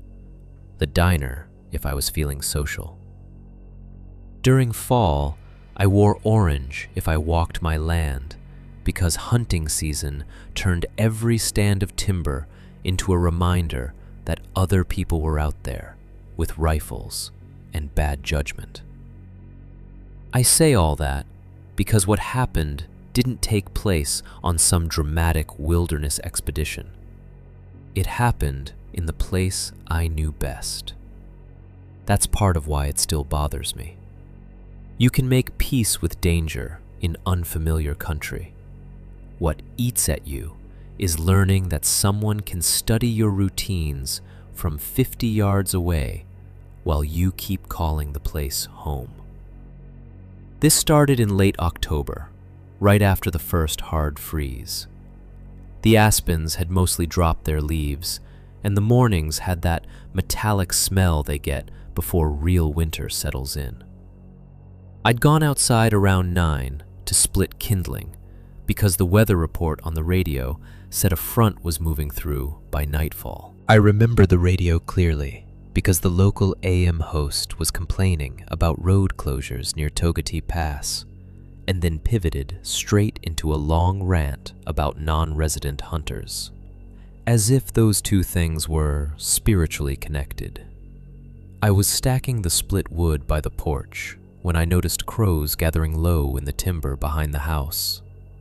Not a lot, 5 or 6. They kept dropping into the same patch of trees and then hopping back into branches, restless, agitated. I watched them for a minute, figured maybe a deer had died back there, and went back to work. Around noon, once I'd finished my calls for the day, I decided to walk the property. That wasn't unusual. I did it every so often, especially when seasons changed. Just to check fencing, look for storm damage, make sure nothing was creeping toward the cabin that shouldn't be there. Out where I lived, nothing included fallen limbs, runoff washouts, a black bear sniffing around the shed, trespassers, and once, years earlier, a drunk snowmobiler who'd gotten turned around after dark and ended up asleep under my porch. I grabbed a flannel jacket, my boots, and the .38 I kept in a lockbox by the door when I went outside. I didn't carry it constantly, and I wasn't one of those guys looking for excuses to feel tactical. But I lived alone in grizzly adjacent country, and I'd learned a long time ago that people who sneer at basic preparedness usually do it from neighborhoods with streetlights and cell coverage. The ground behind the cabin was stiff with frost, the grass crackling under my boots. I cut across the back clearing and entered the first line of trees where the light went cooler and thinner. The crows lifted off as I got closer, flapping up through the branches with hoarse, irritated calls. That was when I saw the campsite. At first, I only registered the fire ring, a rough circle of stones with charred wood inside, black ash still packed in the center. Then the rest of it came into focus around it, a flattened rectangle in the grass where a tent had been pitched, a split log dragged over as a makeshift bench, melted wax from a candle or lantern, 2 crushed beer cans half hidden under pine needles, a torn MRE wrapper, a length of yellow paracord tied between 2 saplings at waist height, and on the ground near the ashes, several cigarette butts pressed into the dirt in a neat little cluster. The site was maybe 300 feet from my cabin, not half a mile, not deep in the woods. 300 feet. From where I stood, I could turn and see the back corner of my house through the trunks. The first thought I had was that it had to be a hunter who'd gotten lazy or stupid and camped too close to private property. The second thought came harder. Nobody pitches a camp that close to a visible house by accident. I crouched by the fire ring. The ashes were old enough to be cold, but not old. Maybe a few days, a few weeks at most. One of the beer cans still had moisture pooled in the crease near the tab. The tent rectangle was flattened deeper at one end, where someone had probably slept repeatedly. Not just one night, more than one. I stood up slowly and looked around the trees. That was the first time I felt it. Not fear exactly, recognition.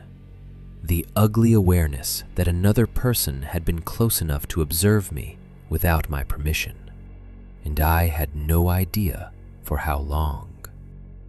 I spent the next 20 minutes walking wider circles through the surrounding timber, looking for more signs. I found a game trail, old elk scat, and eventually a boot print in a patch of soft dirt where the frost hadn't hit as hard.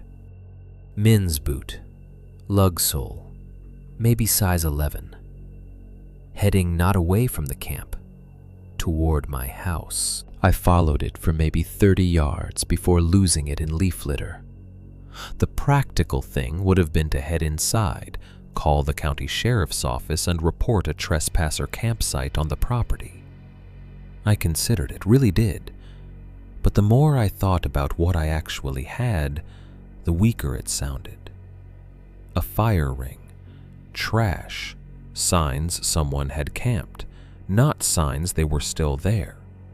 And when you live that far out, you learn law enforcement triages reality by urgency. A threat gets attention. Ambiguous weirdness gets a deputy when a deputy happens to be in the area.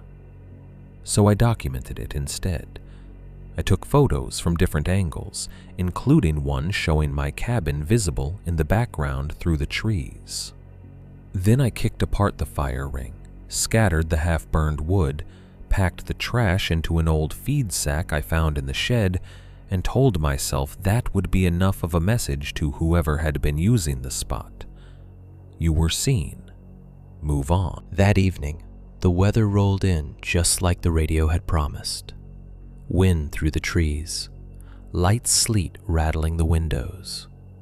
I locked the doors earlier than usual, pulled the curtains, and sat by the wood stove with a frozen pizza in the local news muttering low on the TV. I was annoyed more than scared. That's important.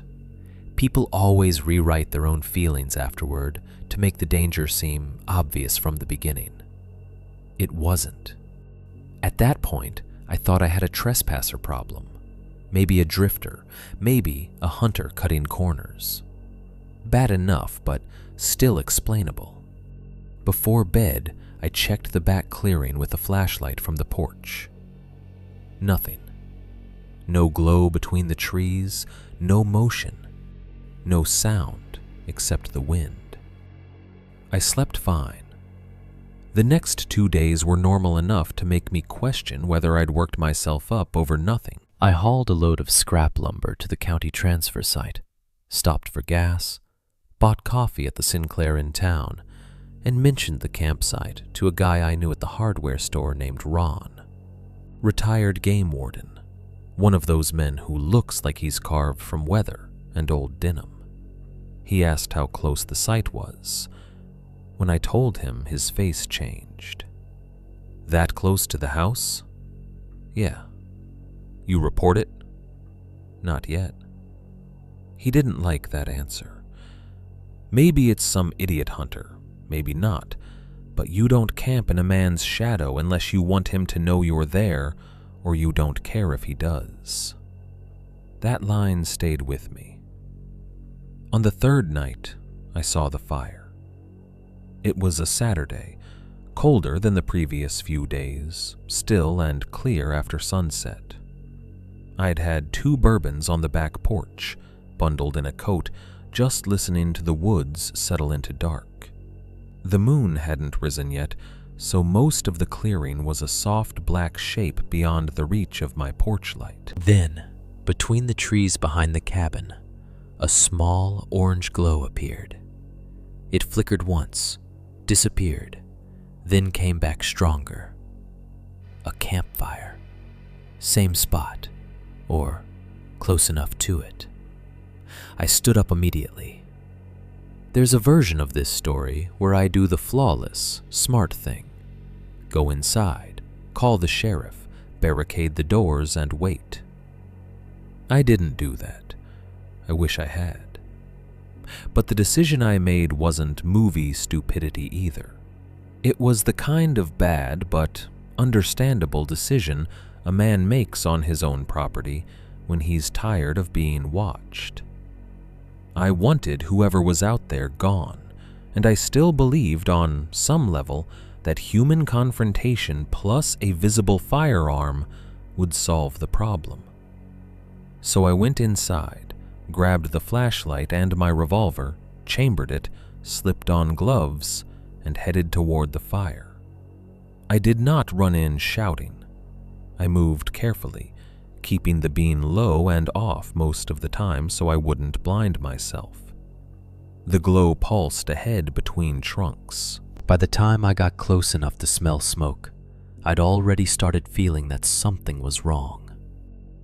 No voices, no shifting around camp, no clink of bottles or gear. Just the fire. I stepped into the campsite and swept the flashlight across it, The fire was burning in the same ring I'd dismantled, rebuilt neatly with fresh wood. There was a tent, too. Canvas, dark green, low profile, the kind of small hunting tent one person could carry in a pack. But there was no one there. No one sitting by the fire, no one in obvious view. No response when I called out. "Hey!"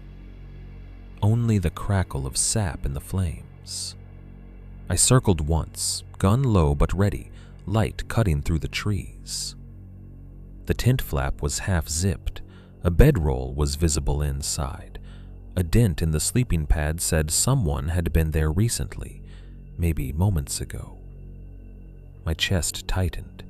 He had to know I'd see the fire from the porch. This wasn't a campsite anymore. It was bait. The realization hit me so cleanly and so hard that I didn't even think it in words. My body just turned toward the cabin and started moving.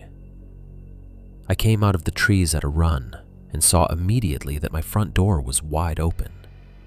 I stopped, dead in the clearing. Every light in the cabin was off, the porch light too. I know I had left them on, I know it. The house sat there, dark and open and wrong, in the middle of the cold, with my own yellow window curtains hanging black from inside. That was the first moment I felt genuine panic. Not nerves, not irritation, not suspicion. Panic. Because all at once, every advantage I thought I had disappeared. My phone was inside. My truck keys were inside. My truck itself was parked beside the cabin, where anyone in there could see me approach. The man at the campsite, if he was one man, hadn't just trespassed. He had drawn me out and entered my home while I was away. I crouched instinctively where the clearing met the shadow of the tree line and tried to think. Driveway too exposed. Front door compromised. Could I circle to the back? Maybe. But if he was inside, he'd have sight lines from the windows. If he had a gun, I could cross those 20 yards and die without ever seeing him. I remember actually feeling angry at how fast my mind started cataloging worst-case scenarios. I also remember the silence. No footsteps, no movement, no taunting voice from inside. Nothing. If he was in there, he was waiting. That told me something important. He wanted proximity. If he only wanted to steal, he'd grab what he could and leave. If he wanted to burn the place or wreck it, I'd likely hear it. If he was still inside in total darkness, it meant he wanted me to come close enough for something else. I backed deeper into the trees and moved left in a slow arc around the clearing, trying to change angle on the house. My breath looked white in the dark. The beam of my flashlight stayed off now. I didn't want to advertise myself. From the side of the cabin, I could just barely see into the living room through a gap in the curtains. At first, all I saw was my own furniture in shadow. The couch, the old coffee table, the rack by the wood stove. Then the kitchen doorway. And in that doorway, something moved. A figure stepped half into view and stopped. Tall, broad, wearing what looked like a dark coat or heavy jacket. No visible face, just a shape darker than the room around it, standing perfectly still and turned toward the front of the cabin, as if listening for me. I don't know how long I stared before my hand started shaking. The figure wasn't rummaging or searching. It was waiting in ambush. I backed away from the window so fast my heel caught a root and I nearly fell. By the time I steadied myself, the side wall of the cabin was all I could see. I kept moving until I was back among the trees. Then I did what I should have done from the start. I ran for the truck. not to get in, to get the hell away from the property on foot if I had to. But when I broke from the trees and sprinted toward the drive, headlights exploded on behind me. For a blinding second, I thought the truck had turned on. Then I realized it was a different vehicle. My own pickup was parked dark and dead beside the porch. The lights were coming from farther up the driveway, where none had been before. A second truck sat nose out near the road, engine idling with lights off until that moment. Older model Ford, primer gray hood, one headlight brighter than the other. It must have rolled in while I was at the campsite and parked beyond the angle where I could see it from the house. 2 vehicles, which meant very likely 2 men. One in the house, one covering the exit. Every part of me went cold. The Ford's driver door opened and a man stepped out. He didn't run at me.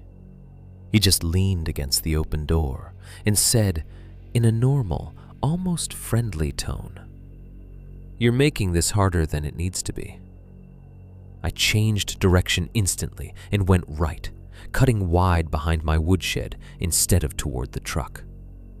A gunshot cracked from near the drive and dirt spat up by my left boot. Not a warning fired high, low, meant to miss close. I hit the back corner of the shed and flattened there, sucking air, revolver slick in my hand from sweat inside the glove. Voices drifted through the dark. "Don't let him hit County Road." "He won't." They were calm. That was maybe the worst part. Not adrenaline crazy, not drunk loud. Calm men executing a plan they'd already thought through. I knew the land better than they did. At least, I hoped I did. And there was one thing in my favor. Behind the shed, the ground dropped into a shallow drainage full of brush and deadfall that ran west toward a service road half a mile out. If I could make that line and stay low, I might be able to get clear enough to circle to old Mac Hensley's place a mile south. Mac was 70, if he was a day, but he had floodlights, 2 healers, and a shotgun he treated like family. I moved. Not running upright, just crouch running into the drainage and sliding the last few feet on loose dirt and leaves. Branches tore at my coat. Thorns snagged my jeans. Behind me, one of the men shouted when he heard the movement. A flashlight beam cut over the lip of the ditch. I kept going.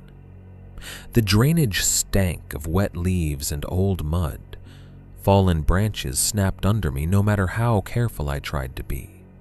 Once I went to one knee in a patch of black water cold enough to numb the joint instantly. The flashlight beam passed overhead twice, then another from farther down slope joined it.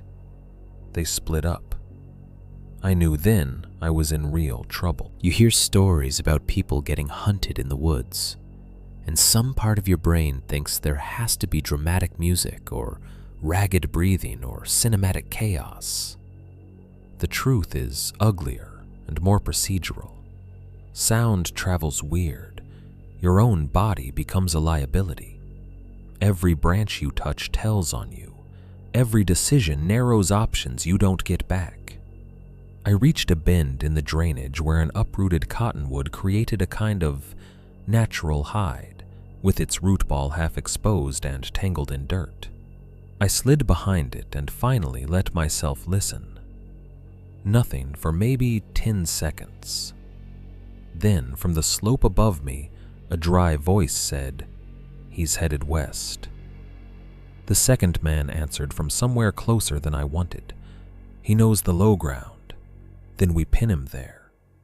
A flashlight beam swept across the root tangle inches above my face. I held still so hard my ribs hurt.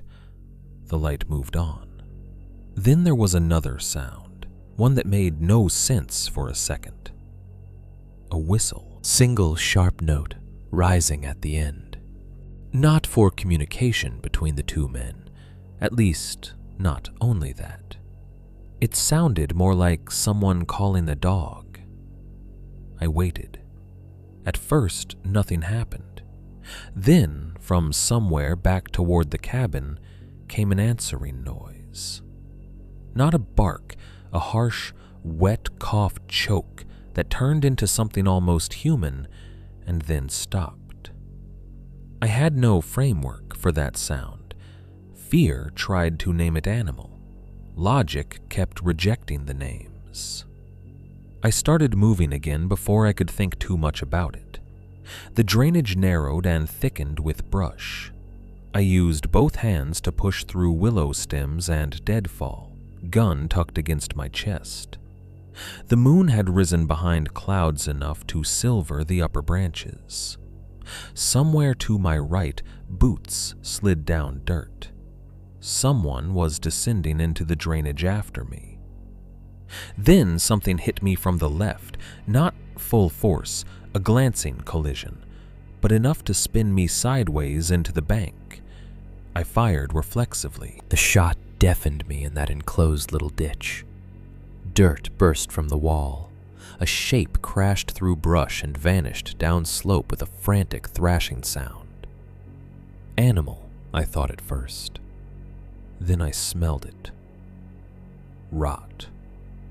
Wet, infected flesh and old blood. And I saw, just for a second through the brush, a pale hand grip a branch before disappearing. Human hand. Too thin, knuckles raw and swollen. I didn't wait to interpret it. I scrambled up the opposite bank, got tangled in brush, tore free, and broke into the timber above the drainage. Behind me, the men were yelling now, no longer calm. One shouted, "You stupid son of a bitch!" But I couldn't tell if he meant me or whatever had rushed me in the ditch. The trees opened slightly ahead, and I realized with a drop in my stomach that I had veered farther north than intended. Instead of the service road, I was coming up near the old line shack. The shack had been on neighboring federal grazing allotment years ago, then left to rot after the permit changed hands. Everyone around there knew about it. Half-collapsed little structure near a barbed wire fence line. No door, no real use except maybe teenagers drinking in summer or hunters taking shelter in a storm. I hadn't been there in years, but I knew roughly where it sat. It was not where I wanted to be, but it was cover. I angled toward it. When I reached the fence, I almost didn't recognize the place. The shack had been patched, not fixed up, patched. Blue tarp over one section of roof, boards scavenged from somewhere nailed across the lean side. A cracked solar lantern hanging inside the doorway emitted a dim amber light. And in front of the structure, half hidden under a sheet of corrugated metal, were stacks of supplies. Water jugs, feed sacks, plastic buckets, a cooler. This wasn't a ruin anymore. It was a secondary camp. Or a residence. A flashlight beam flicked through the trees behind me. I went low and moved along the outside wall to the open doorway, meaning to pass it and keep going. Then I looked inside. The interior was barely large enough for a cot and a crate, but somebody had made it into something more permanent.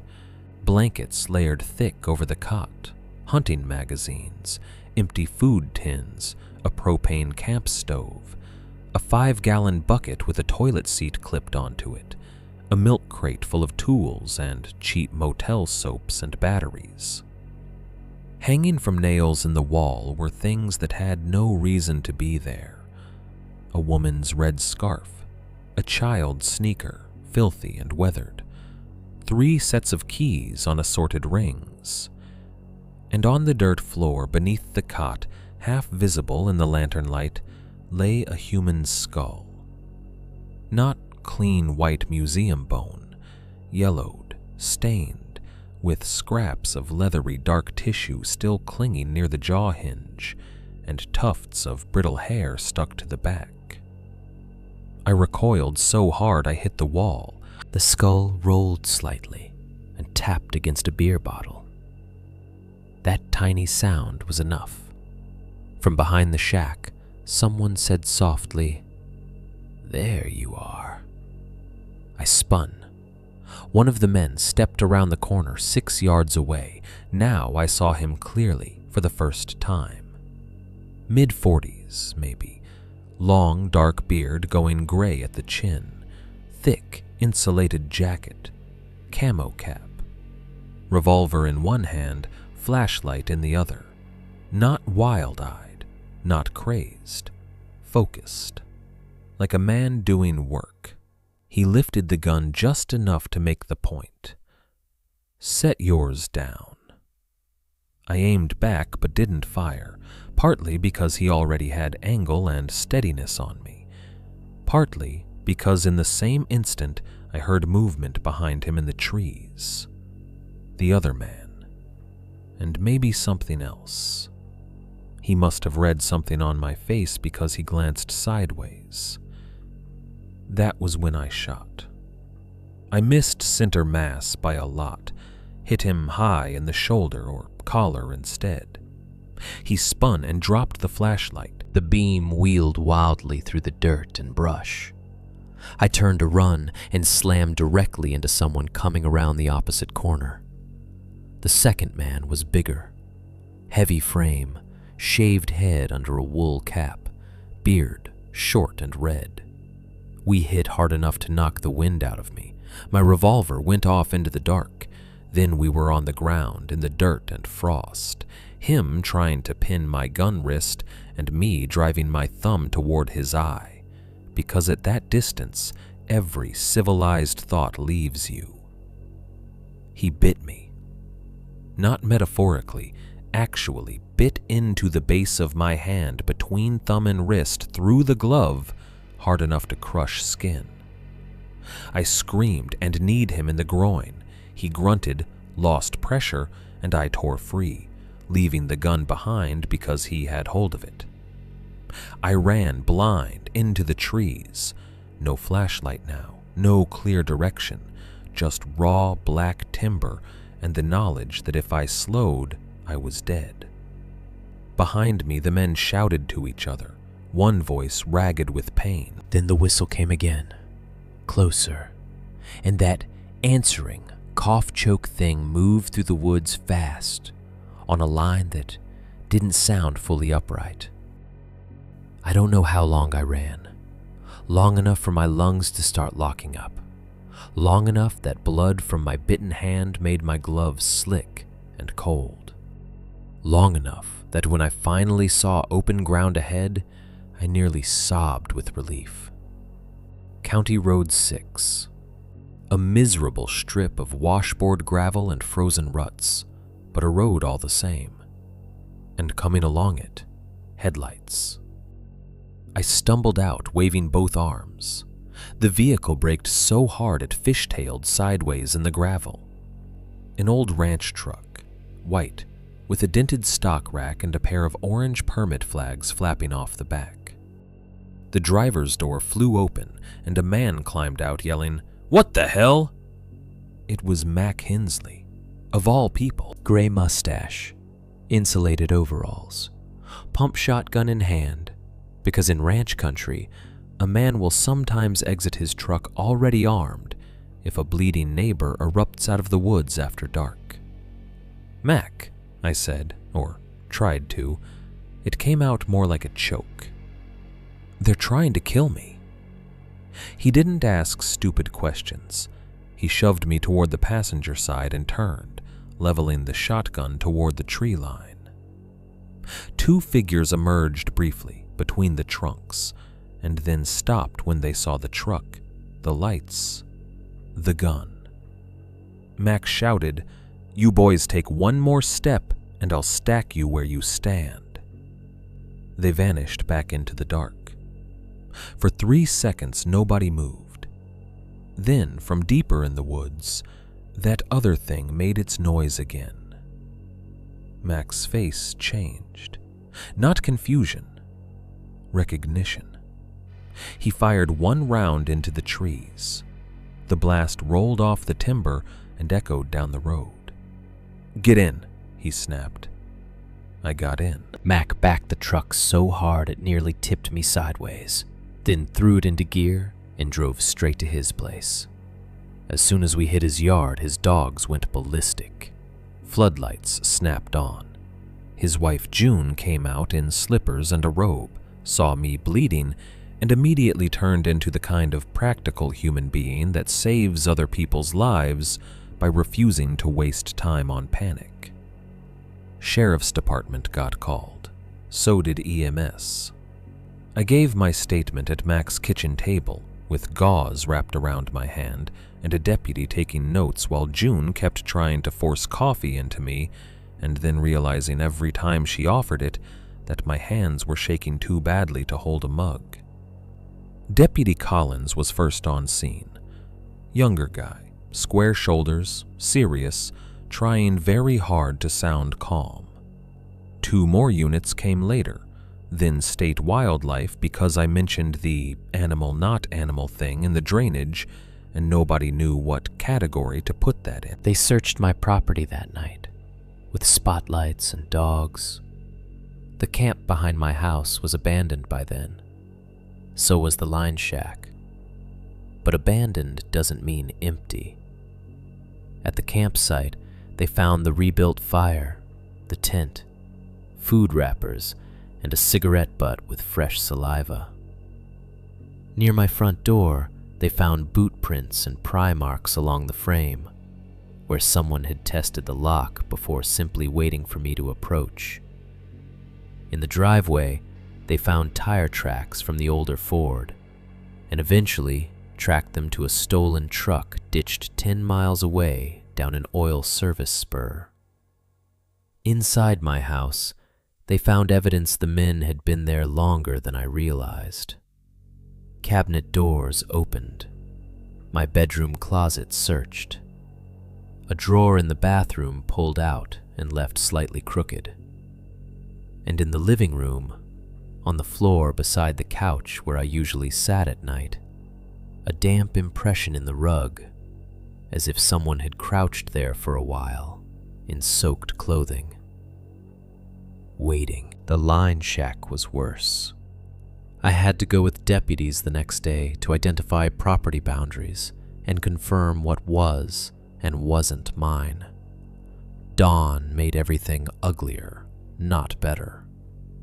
In daylight, the shack looked less haunted and more human, which is its own kind of horror. The skull was still there, so were other remains once they looked properly. Long bones tucked beneath the cot, 2 partial jaws. A box under the blankets containing assorted items that turned my stomach in a different way than bones had. Driver's licenses, motel key cards, women's jewelry, a child's plastic dinosaur, a cracked flip phone, old receipts from gas stations in Cody, Lander, Riverton, even one from Nebraska. The kind of debris that only means something when it all appears together. Deputies also found photographs, not printed professionally, just cheap drugstore prints and a few Polaroids curling at the edges. People at trailheads, people at gas pumps, a waitress outside a diner smoking on break, a teenage-looking couple unloading a cooler from a Jeep. My cabin, shot from different distances and angles through the trees. One photo showed me standing on my porch in thermal underwear early one morning, holding a coffee mug and yawning toward the sunrise, totally unaware someone had been close enough to frame me from the tree line. Another showed my truck in the driveway, with the date stamped in the corner from almost 3 weeks before I found the campsite. That was the moment the situation changed for me, emotionally. Until then, I had been reacting to an attack. Those photos proved I had been studied. The line shack also contained enough blood evidence to turn everything into a major scene. Old stains blackened into the floorboards, newer, reddish smears on the cot frame, and on a length of rope nailed to one wall. In a shallow trench behind the shack, investigators found animal carcass remains, mixed with what forensic teams later told me were human remains, from more than one individual. I'm not going to pretend I saw all that firsthand. I didn't. Some of it I learned later from detectives. But I saw enough. White bone ends in dirt. A hand with the fingernails still yellowed and attached to shriveled skin. A section of spinal column dragged partially from the trench by scavengers. Things you don't unsee. The two men were identified within 48 hours. Brothers, technically cousins maybe. Law enforcement explained the family tree twice and I still didn't care enough to keep it straight. Both with records. Burglary, poaching, meth, assault, unlawful firearms. One disappearance they'd never pinned cleanly. Men who floated county to county, living in vehicles, sheds, seasonal work camps, whatever could be turned into shelter. Their names don't matter much to me now. I still think of them as the bearded one and the red one. What mattered was what investigators suspected. They believed the men had been using remote camps and abandoned outbuildings near trail corridors and rural homes as staging sites for theft, ambush, and, possibly worse, for years. Hunters, isolated homeowners, travelers who pulled off the road, maybe even people lured by vehicle trouble. The collection of IDs and keepsakes pointed in too many directions at once. But there was another piece to it. The thing in the drainage. The whistle, the coughing answer. At first, deputies assumed it was a dog or a wounded animal the men kept around camp. Then one of the canine handlers found a narrow dugout hidden under tarp and brush behind the shack. More burrow than kennel. Inside were blankets, bones, chains, and human waste. There was blood on the chain. Hair, too. Human hair.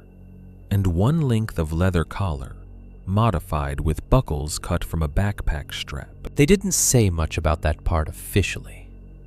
Rural departments sometimes get quiet when a truth is too ugly and too hard to categorize. My own understanding only formed later, from fragments.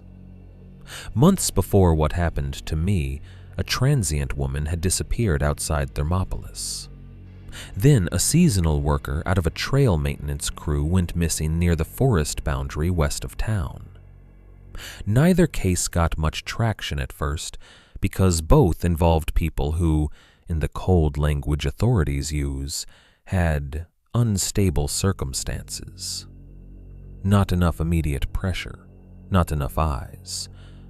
I can't prove the men took them, but I know what I saw in that ditch.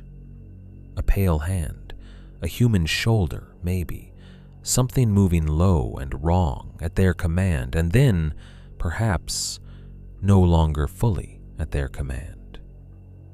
Sheriff Bell, who took over the case after the first 2 days, was blunt in the careful way experienced cops can be. He said, "We have evidence they held at least one person in conditions consistent with prolonged captivity." When I asked whether that person was still alive in the woods that night, he held my gaze too long before answering. "We don't know." That answer was worse than certainty. Search teams spent 6 days combing the surrounding timber, drainage, service roads, and old cabins farther up the allotment. They found the abandoned ford, They found 2 hidden cache spots with canned food, ammunition, and blankets. They found one of the brothers' blood on brush where I'd hit him near the shack. They found tracks leading into a ravine and then vanishing on rock. They found nothing conclusive for the other presence. No body, no living captive, no closure. The bearded one was caught 3 weeks later outside Casper after trying to steal gas with stolen plates on a different truck. He took a deputy's hand off balance during the arrest and got his jaw broken for the effort. The red one vanished for almost 8 months before a traffic stop in eastern Montana uncovered him using a dead man's ID. Both men denied trying to kill me, denied being in my house, denied the line shack was theirs, denied knowing anything about the skull, the bones, the IDs, or the photographs. One of them smiled through split lips in an interview room and said, "Maybe people leave all kinds of things in old buildings, if you know where to look." The line that kept me awake, though, came from a different part of the investigation. Sheriff Bell asked whether I had ever heard noises under my cabin at night in the weeks before the attack. Scratching, shifting, soft impacts, anything like that. I said, maybe once or twice, but nothing that stood out. Old cabins make sounds. Mice do too. He nodded, and then told me one of the deputies had found evidence of repeated access to the crawl space beneath my house. A section of lattice on the far side had been removed and put back multiple times. In the dirt under the floor joists were flattened spots, food wrappers, and the wax drippings of a candle or small lantern. One beam had a cluster of fingernail gouges at shoulder height, where someone or something had apparently braced there. They had been under my house. Maybe not that night alone, maybe before, maybe often. That knowledge changed my relationship to sound permanently. For the next several months, every creak of settling wood, every squirrel on the roof, every branch brushing siding after wind, every pipe knock in winter, none of it was just noise anymore. All of it came preloaded with the possibility of a body pressed low in the dark beneath me.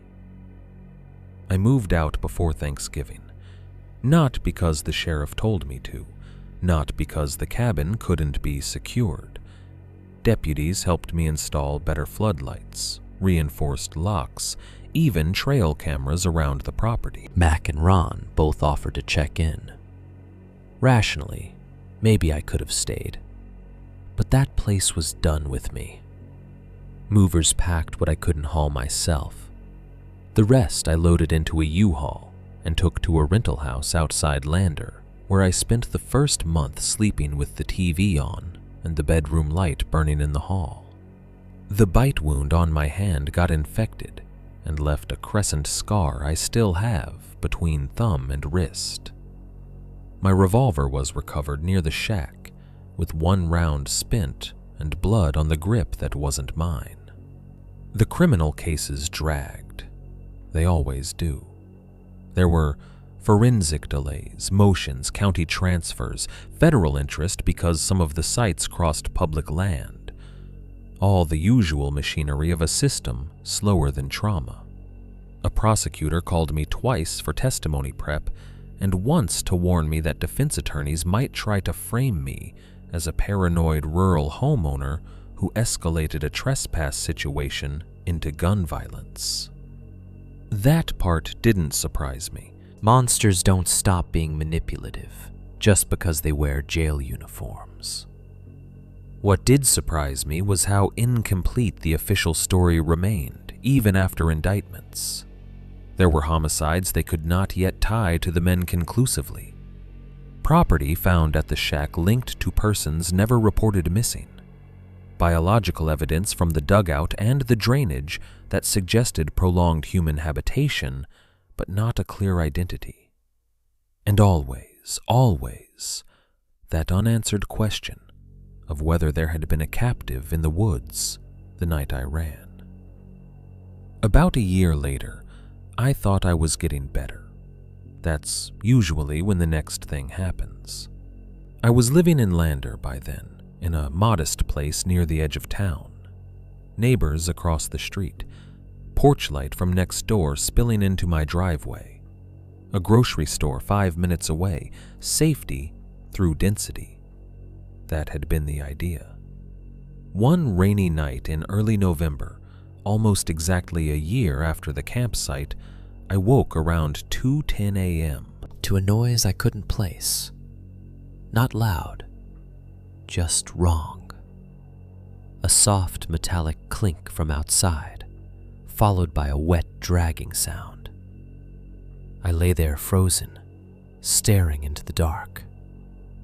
The sound came again, closer this time, from the carport.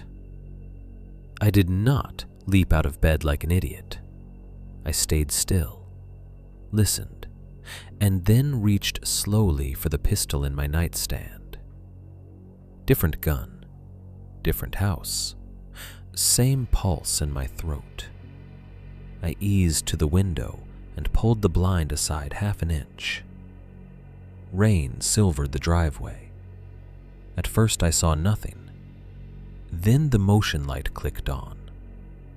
Something low stood near the front wheel of my truck.